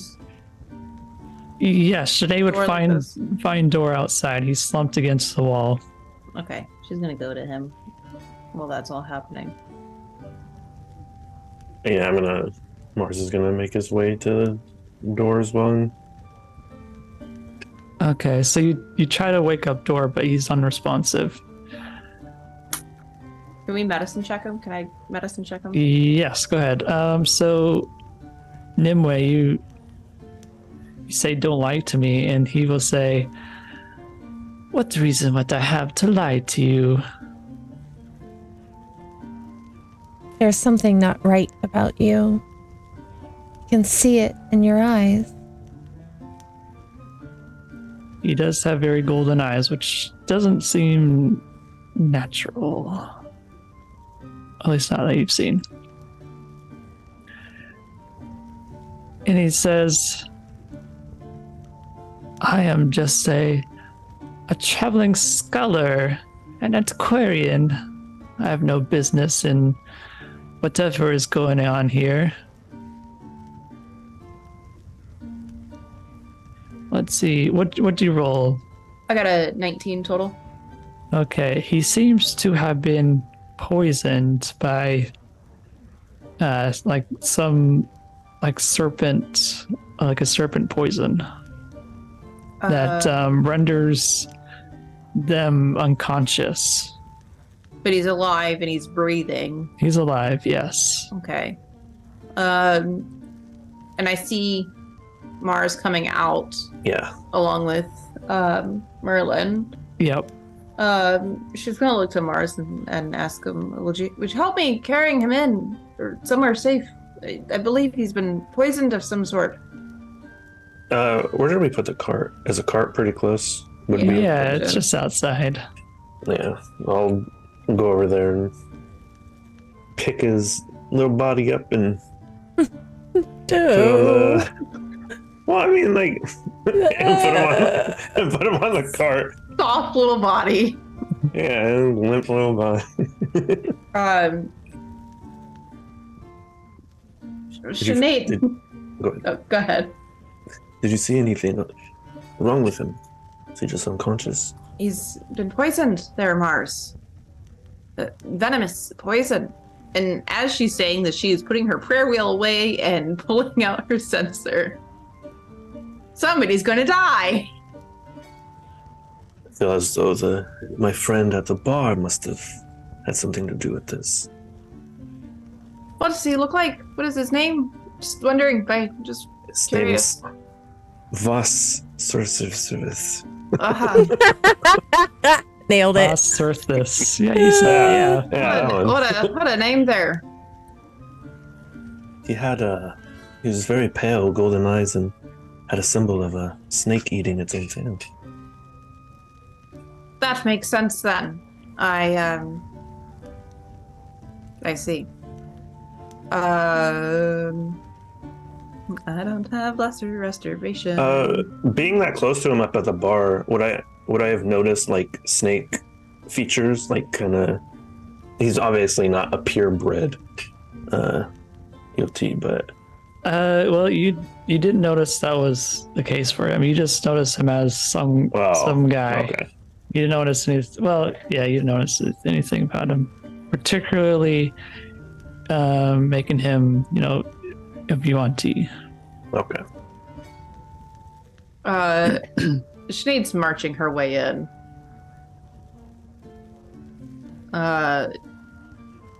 Sensor in hand, ready to bash brains. Krigga's just kind of angling his way to the other side of this guy, opposite him way. Bracket him in.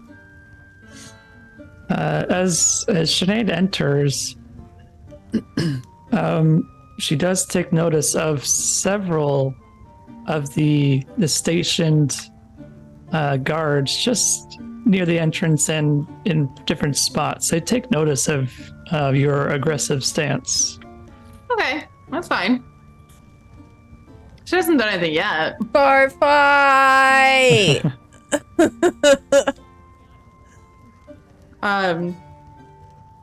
She's gonna point her sensor at this Voss character. And she's going to say, "You, what have you done?"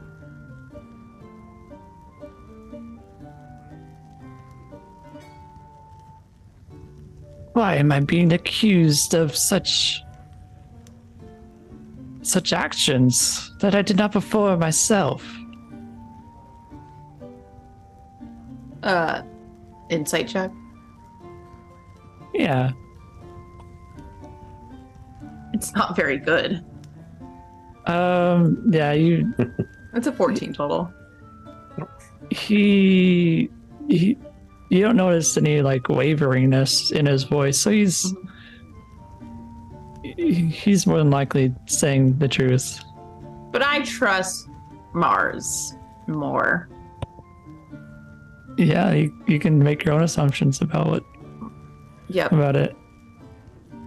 But he used very specific wording.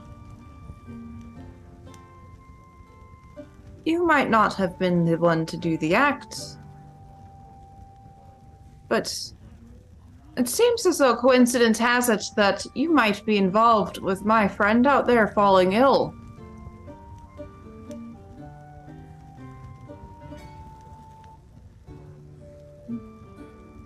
All I did was point him out. I had no business in it. And why would you do a thing like that? Yeah. How did you know? You've been in here since we've been in here, and you bought us all drinks. And how would you know? She's still gripping onto his wrist, and her grip is becoming tighter as they're like fucking full on inquisition with this guy.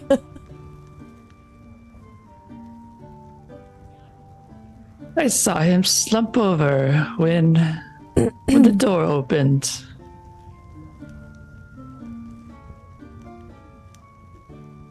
And you said he's got snake regalia on, right? He looks like he's a normal like traveler attire, except for the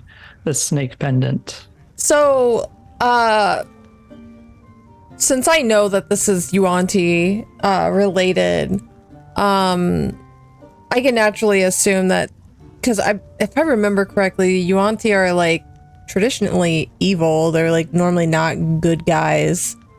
So would I assume that he's evil aligned naturally? Yes. Yeah. As far as you're aware, there are no like good Yuan-Ti. Right. I'm gonna release his wrist and point towards the symbol on his chest and say, "This is all I need to see to know that you're lying." He'll look down and look at what you're pointing at, and he'll say, "That is merely a family heirloom from my mother." Why would one want to wear something of a people known for being evil? Doesn't make any sense. My business is my business. Well, you've come over here and made your business our business. I merely pointed out your friend. Slumped over. There was nothing more to it. And why were you so eager to buy us drinks? Nimue looks at her wine and she's like suddenly very suspicious of it. Did you intend to poison us as well? Poison? Such accusations. Well, I'll tell you, my friend out there has been poisoned with venom.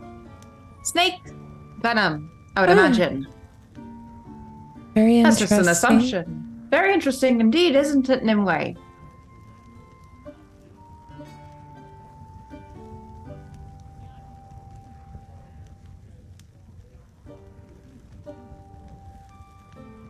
What is Krigga doing? Krigga's like just on a hair trigger. He's keeping a watch on this guy to make sure he's bracketed him in with Nimue, but he's also watching the guards too, since they're like on heightened alert as soon as Sinead came back in. So he's just ready to react at a moment's notice when shit will inevitably hit the fan.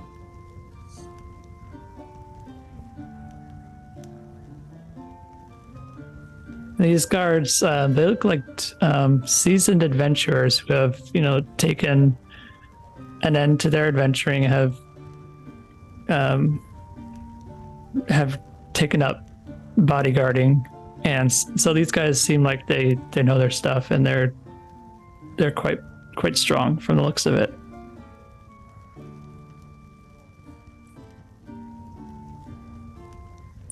Perhaps we should discuss this outside, Nimue. Or... And she, like, offers a smile. I could just start screaming.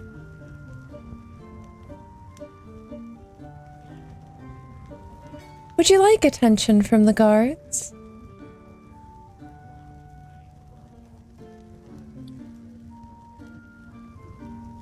I have done nothing wrong. I don't see why the guards would be suspicious of me. Have you not done anything wrong? I'm not sure.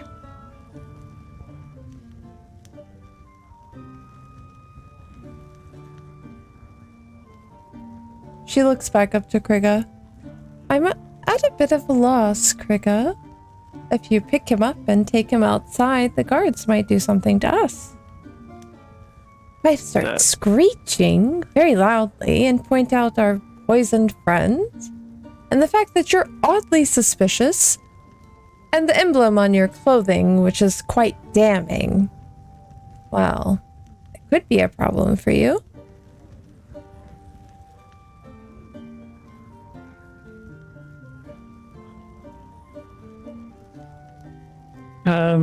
He's going to sort of wave away these what you're saying and say, I was merely helping you out. I will go back to my drink.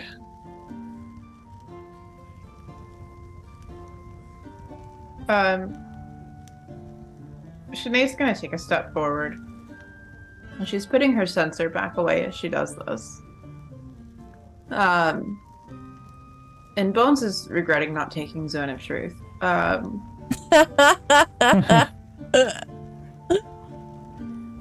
never do that spell. What's the point of taking that? Yeah. But with that being said, she's going to ask around to anybody who might look like they know how to heal a thing or two and ask if they are able to help her friend. Door outside. Yeah, so you look around and you see. Get away, Kitty. Kitty can do whatever she wants. She's just a baby. She's just a Yeah, baby. she is. You see.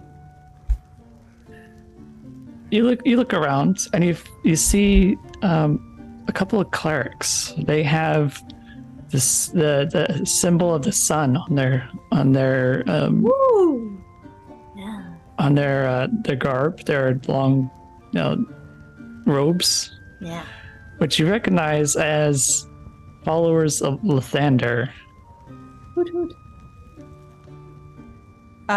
Yeah, she'll go up to them and she'll say, hi, clerics. I'm also a cleric. And I'm going through a lot right now. And I was really hoping if one of you could help my friend outside. What happened? What if you happen to know Lesser Restoration by chance? So one of them turns to you, the older woman of the group, and she'll say, yes, I know the correct magical spell to help your friend. Just point me to them. And she'll guide the woman out to door. Okay, so you lead her to door, and she kneels down and starts sort of waving her hands in front of door.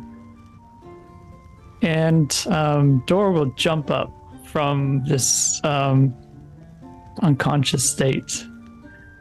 And he's totally confused. He doesn't know what's going on. He'll say, what happened to me? Well, I was hoping that you could tell us, Door. And as she says this, she's thinking the other cleric. And you were poisoned. Did somebody hurt you, Door? Did somebody get you? Yes, I remember now. I was standing there picking up some bugs to eat later when a large snake fell from the roof. And it bit me on the leg. And did you see where the snake went? Oh, Wait, you okay? Queen? Did we lose her? I don't know what happened. Oh. Sorry. Oh, you're back. I gotta put you back in the right spot now. She cast invisibility on herself. It was happening to me the other day too. Really weird. I don't know why Zoom is doing that. Sorry, go on. I did not see where it went. I passed out immediately. Oh. Wow. You're better now. Thank the nice cleric now, Door. Thank you, Miss Cleric. And the cleric of Lathander will wave to you as she goes back in. Well, maybe just stick with us closer than that door. Maybe we'll wait for bug picking when we're all together and able to make sure that snakes don't fall from roofs and get you.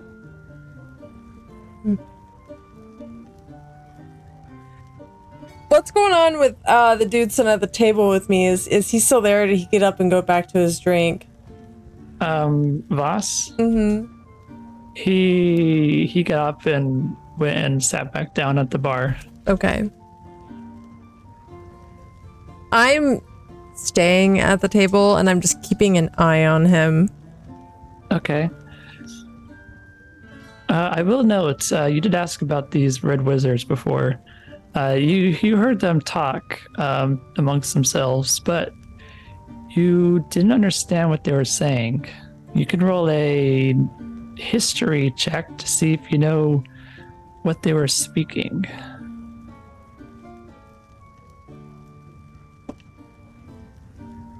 That's an 11.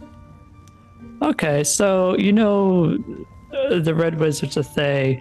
They're from Thay, so they speak Thayan. Okay. You could assume that's what they're speaking, and it's a type of infernal. Like it's written in infernal, but it's their own version of it.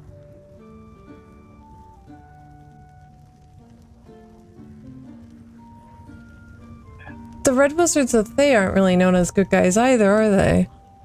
No, they're probably It's just a fucking town full of bad guys? So they're probably one of the worst groups of evildoers out there. But I did say that there are some like good groups around here as well, like the Wizards of the Fellowship. Not in here, apparently. It's just Yuan-Tis and fucking Thayan wizards. Roll me another history check for me. Yeah. We could have. That's a 15. Okay, so you know this you've heard of this place before. This what did I call it? The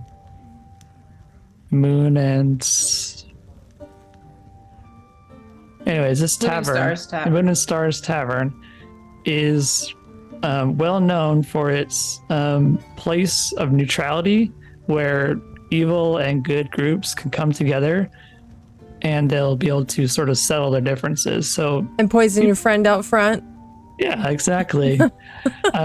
Things can happen still here, but generally it's a neutral place where people can come and talk to each other. Okay. So that's why you can see various groups here. Well, I want to kick their asses. Well, the guards don't really want you to do that.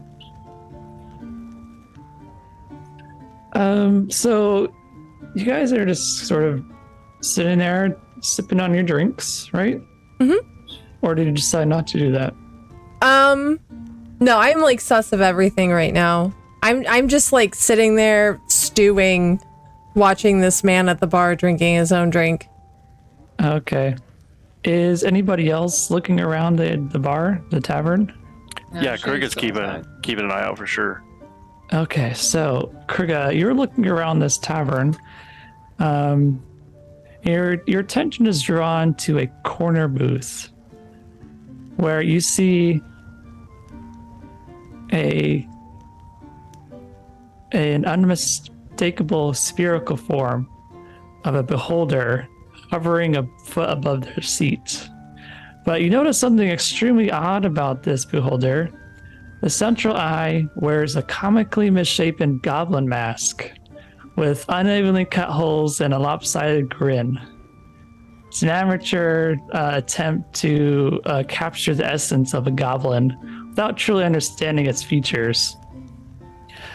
The eye stalks are also wearing comically shapen disguises. One eye stalk is capped with a worn floppy hat.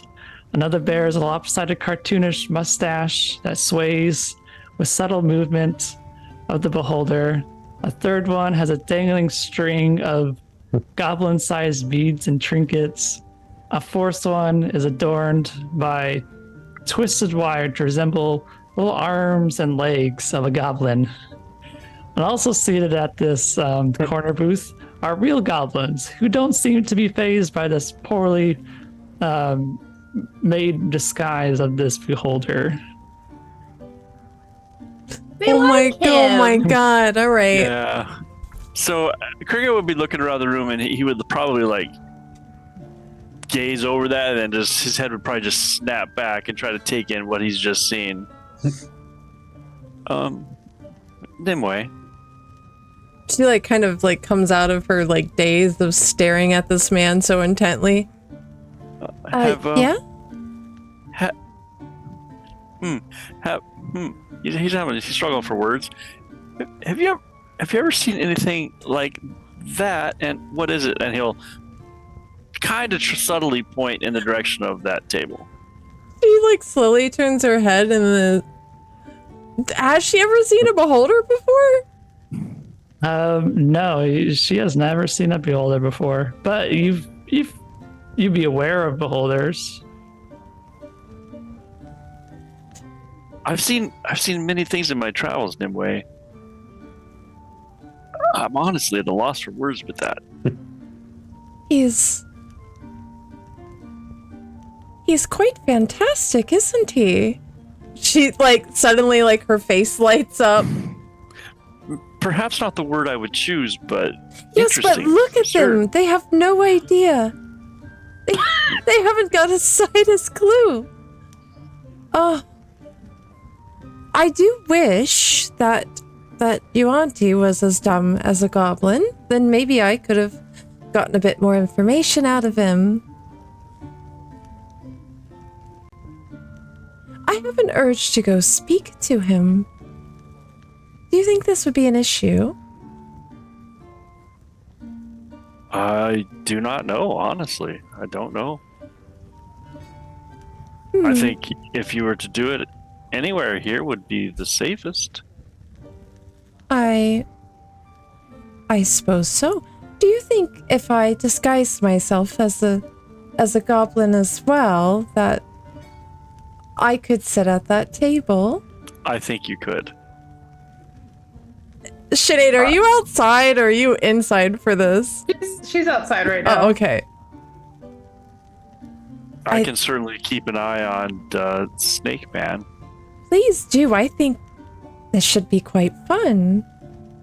And she's gonna get up from her seat and disappear for a little bit. She's gonna go into the back, and use I have Mask of Many Faces, and I can disguise myself at will without expending a spell slot. Nice. When she returns, she's still wearing her long black robe and her little crystal diadem around her head. But she looks like a very scrungly little goblin girl. And she's very skinny and tall for a goblin, a bit awkward. And she's gonna make her way over to the table where all the goblins are sitting. Do they look like they're admiring this like abomination, or they're just like in chat? They just look like they're hanging out. As I get closer, do I notice any like symbols on them or regalia, like anything special?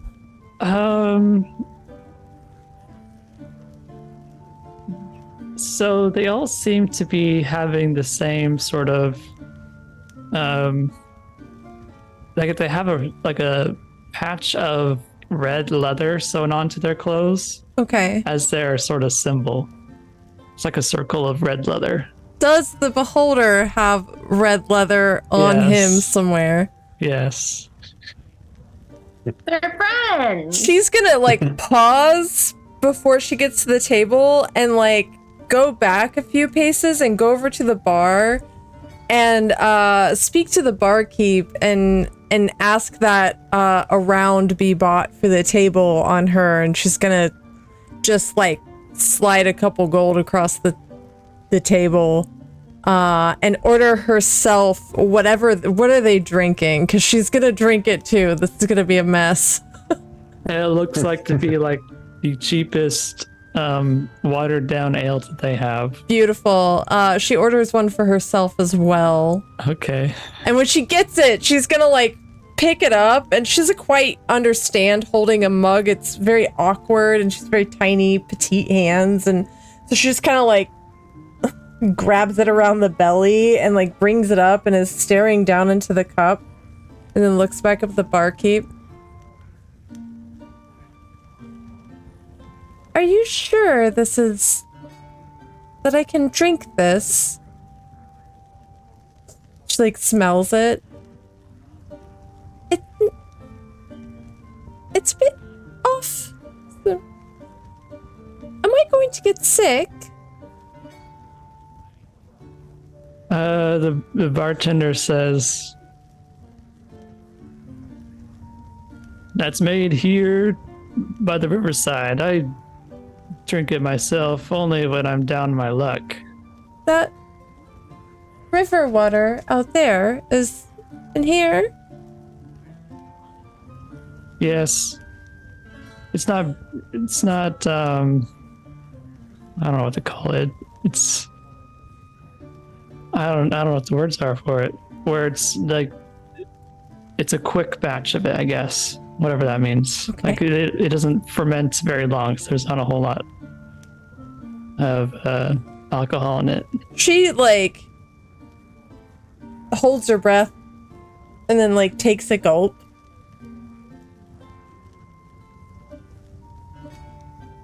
Could you maybe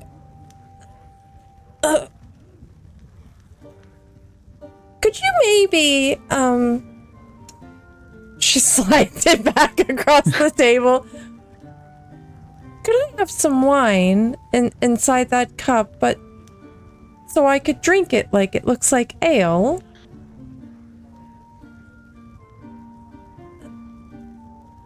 So he'll dump out most of it. What he'll do is he'll get another cup, right?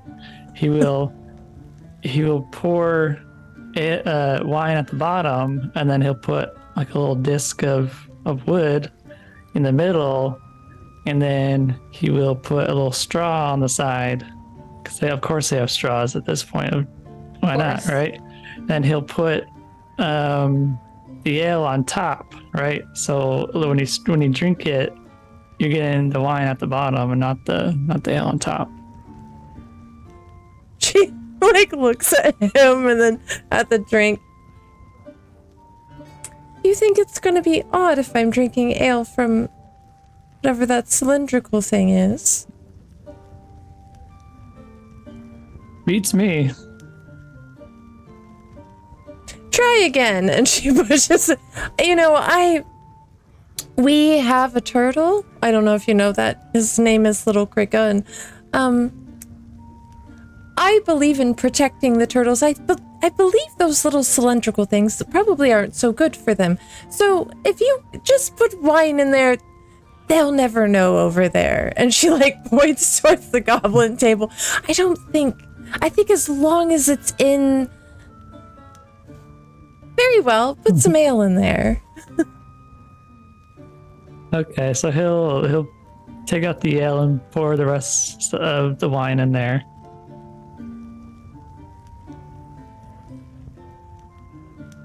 You've done well. And she just adds more to the pile of gold and ends up giving him like 5 gold for whatever the fuck just happened.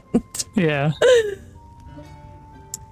And she's gonna lift her mug and just kind of make her way over to the table of goblins and the very large goblin.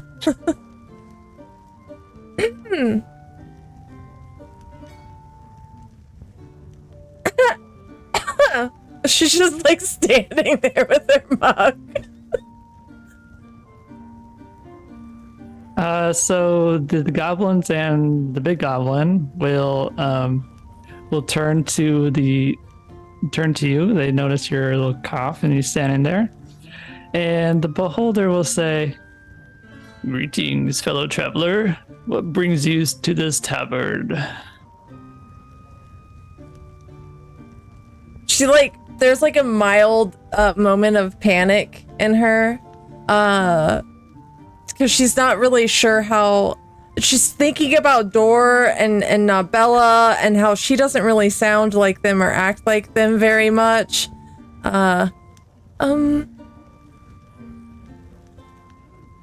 Well, I'm just here for a good time to have some drinks.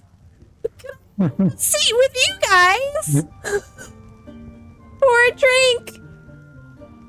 I brought you drinks. Like her brain is just crumbling right now. She's so excited about meeting this like really horrifying monster, but one of the goblins takes the notice of the pretty goblin who has stepped forward. is it all dudes at the table? Among the four goblins, there's one other lady there. Okay. And this goblin will say, "Yeah, let's let her join. She can sit next to me." Sounds just like Door. She sweats a little. Well, all goblins are door. We are Door. Adorable. Yeah, that's very nice. She just takes a seat next to him.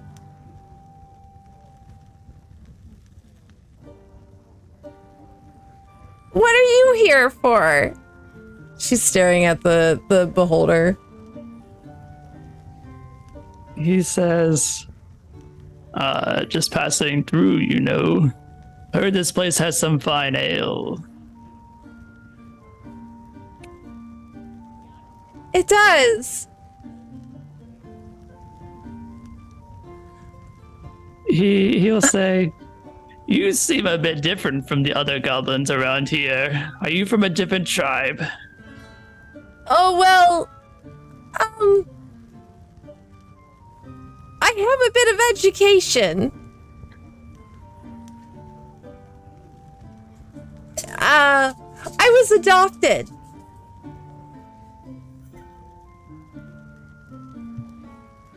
You see the beholder sort of shift uncomfortably from what you just said, because let's see, make a deception for me. I want to see. Yes, gladly. That's a 26. Okay. He seems sort of perplexed by the thought of a goblin not only being adopted but also going to like education, but he doesn't mind it. But he says, "What's your name, friend?" Panic. Pure panic. She like looks around her. My name is Magella. This is of course after looking down into her mug.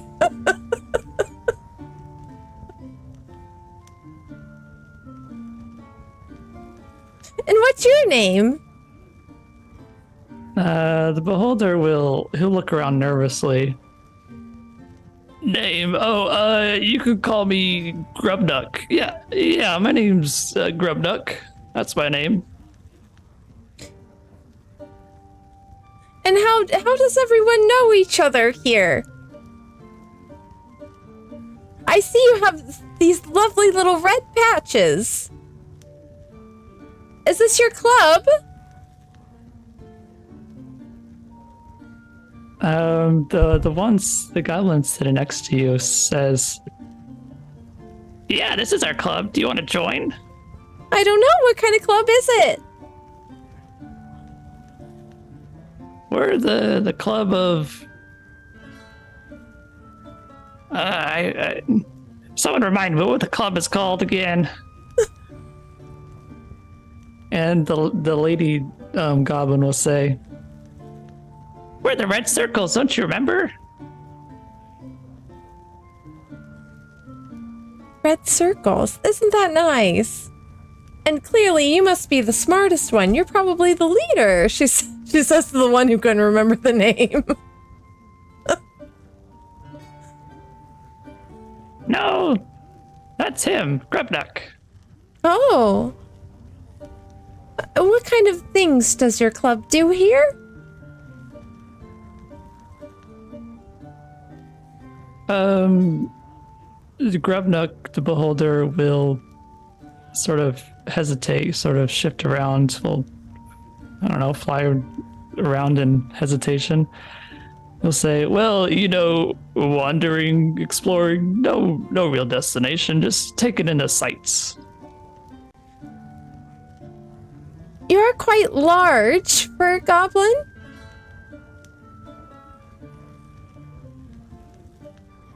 He'll say, I don't know what you mean. I'm a normal-sized goblin. She looks around everybody else and then back to him. They do not seem fazed by what he just said.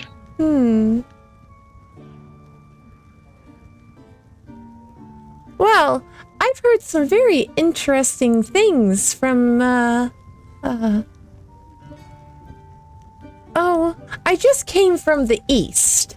I'm trying to remember the name of the town. Mouth of Gargoyles? Have you heard of such a place? No, we haven't. No. Interesting. He sort of like glances at each of them and tells them no, and then they all start nodding in agreement. Ah, I see. Well, where do you plan to go next on your wandering?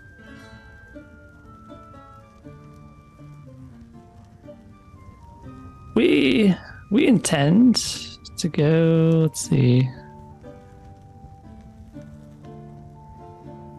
We would like to go, let me change voices. We would like to go to Dragonfire. Interesting.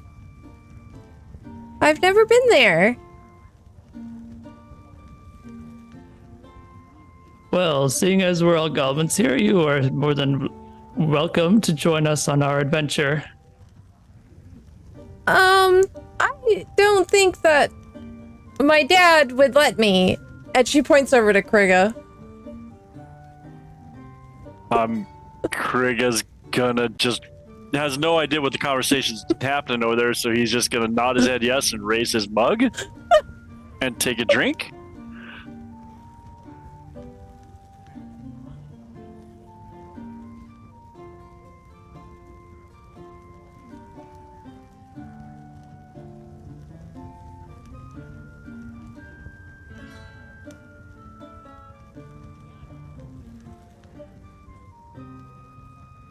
So Sinead, Dora, and I are outside, Mars. Mm-hmm. Well, shall we go in? I suppose. I was hoping to find some peace here, but that's not exactly the case. Dor, you're coming with us. To Dor. Mm-hmm. No problem, pretty cleric lady. And he salutes you as well. Dor, you can just call me Sinead. That's all right if you just call me Sinead. I would prefer it actually. Pretty Sinead. Just Sinead. Just Sinead. Don't you worship by chance? My wife doesn't let me to worship. Oh, well, you're probably never going to see her again anyway, so maybe I should teach you all about Kelmvor. Kelmvor? Yeah, he's the god of death. That's who I worship.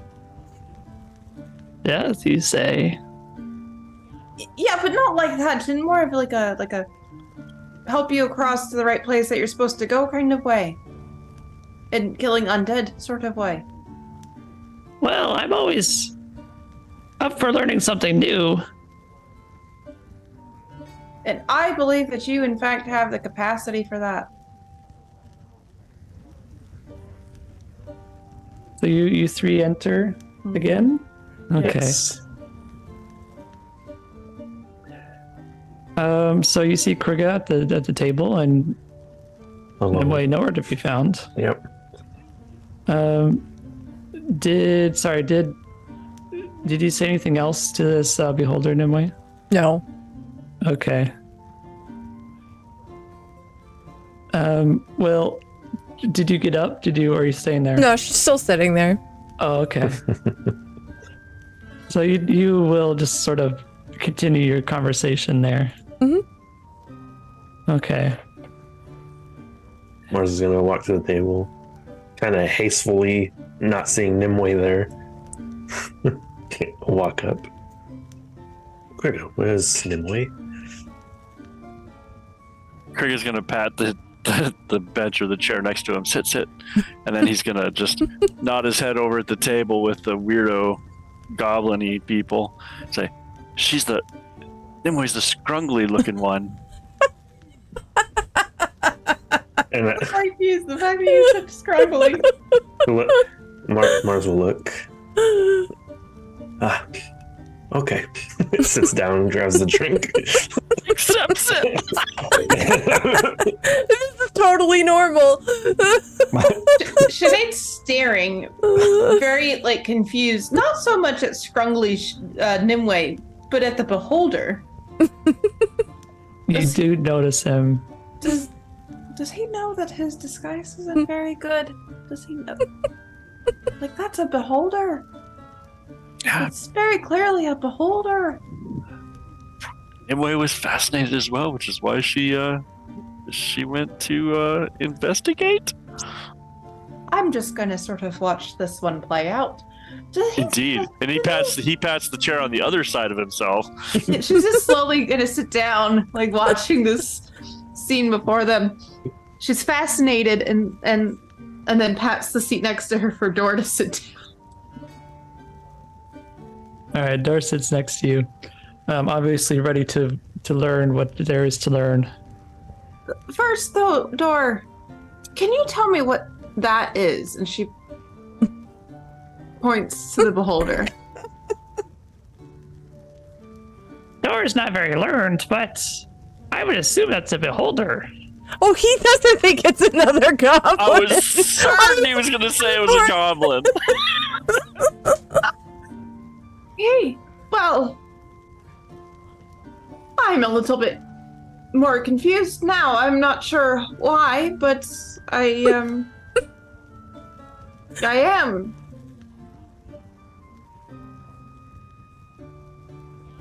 What's Dor's intelligence? Probably pretty low. Well, goblins have an intelligence of 10, but the wisdom is 8. Huh. So they know normal things, but them understanding what they see is a bit on the lower side. Dor, can you tell me why a beholder would be dressed up as a goblin? Sitting with other goblins. Maybe he wants to make new friends. Maybe indeed.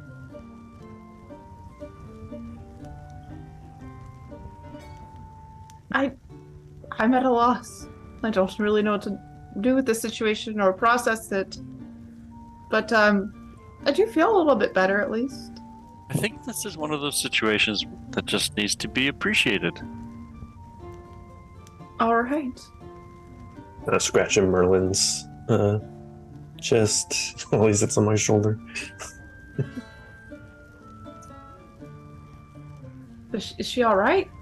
Is she having a good time? She pointed and waved at me a bit ago, and I acknowledged, and they carried on. I suppose that means everything's fine. All right. Oh, leaning just a little bit closer to Krigga, not to say it too loud, but anything with our friend over there at the bar? Just drinking. All right. And then I'll go back to scratching Merlin.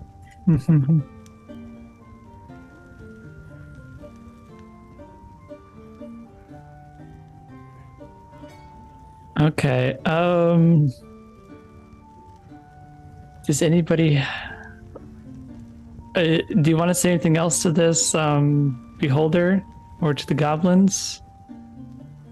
She's just enjoying existing among them right now.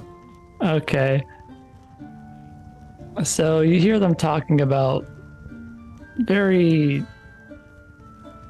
childish like topics like bugs and what they drew and that sort of thing. So he's just kind of sitting there. The beholder, he's trying his best to act like he's a goblin, of course. I love him for this. But so they continue their conversation for a bit, but it's getting night outside, so you may decide to go to bed, or you could stay here and wait for them to leave as well. Yeah, she's not moving from this table. Okay. She's invested. Okay. The other three, what do you want to do? Do you want to keep watching over this Yuan Ti guy? Go to bed, that sort of thing? Sinead's probably gonna go to bed. She's got a lot of praying to do, but she also knows that she needs to commune. That's right. Mars, are you okay looking after Nimue? Yes. Schned, shall we go upstairs and commune with Drawbridge? Right. That we should. That's what we'll go do. All right, when you do that, door also stands up. Thor, you stay here with Mars and hang out for a bit. I've got a private thing to do with Krigga. He sits back down with sort of a glum look on his face. But we'll be back, and I'll teach you all you want to know about Kalmvar and worshiping him. I promise.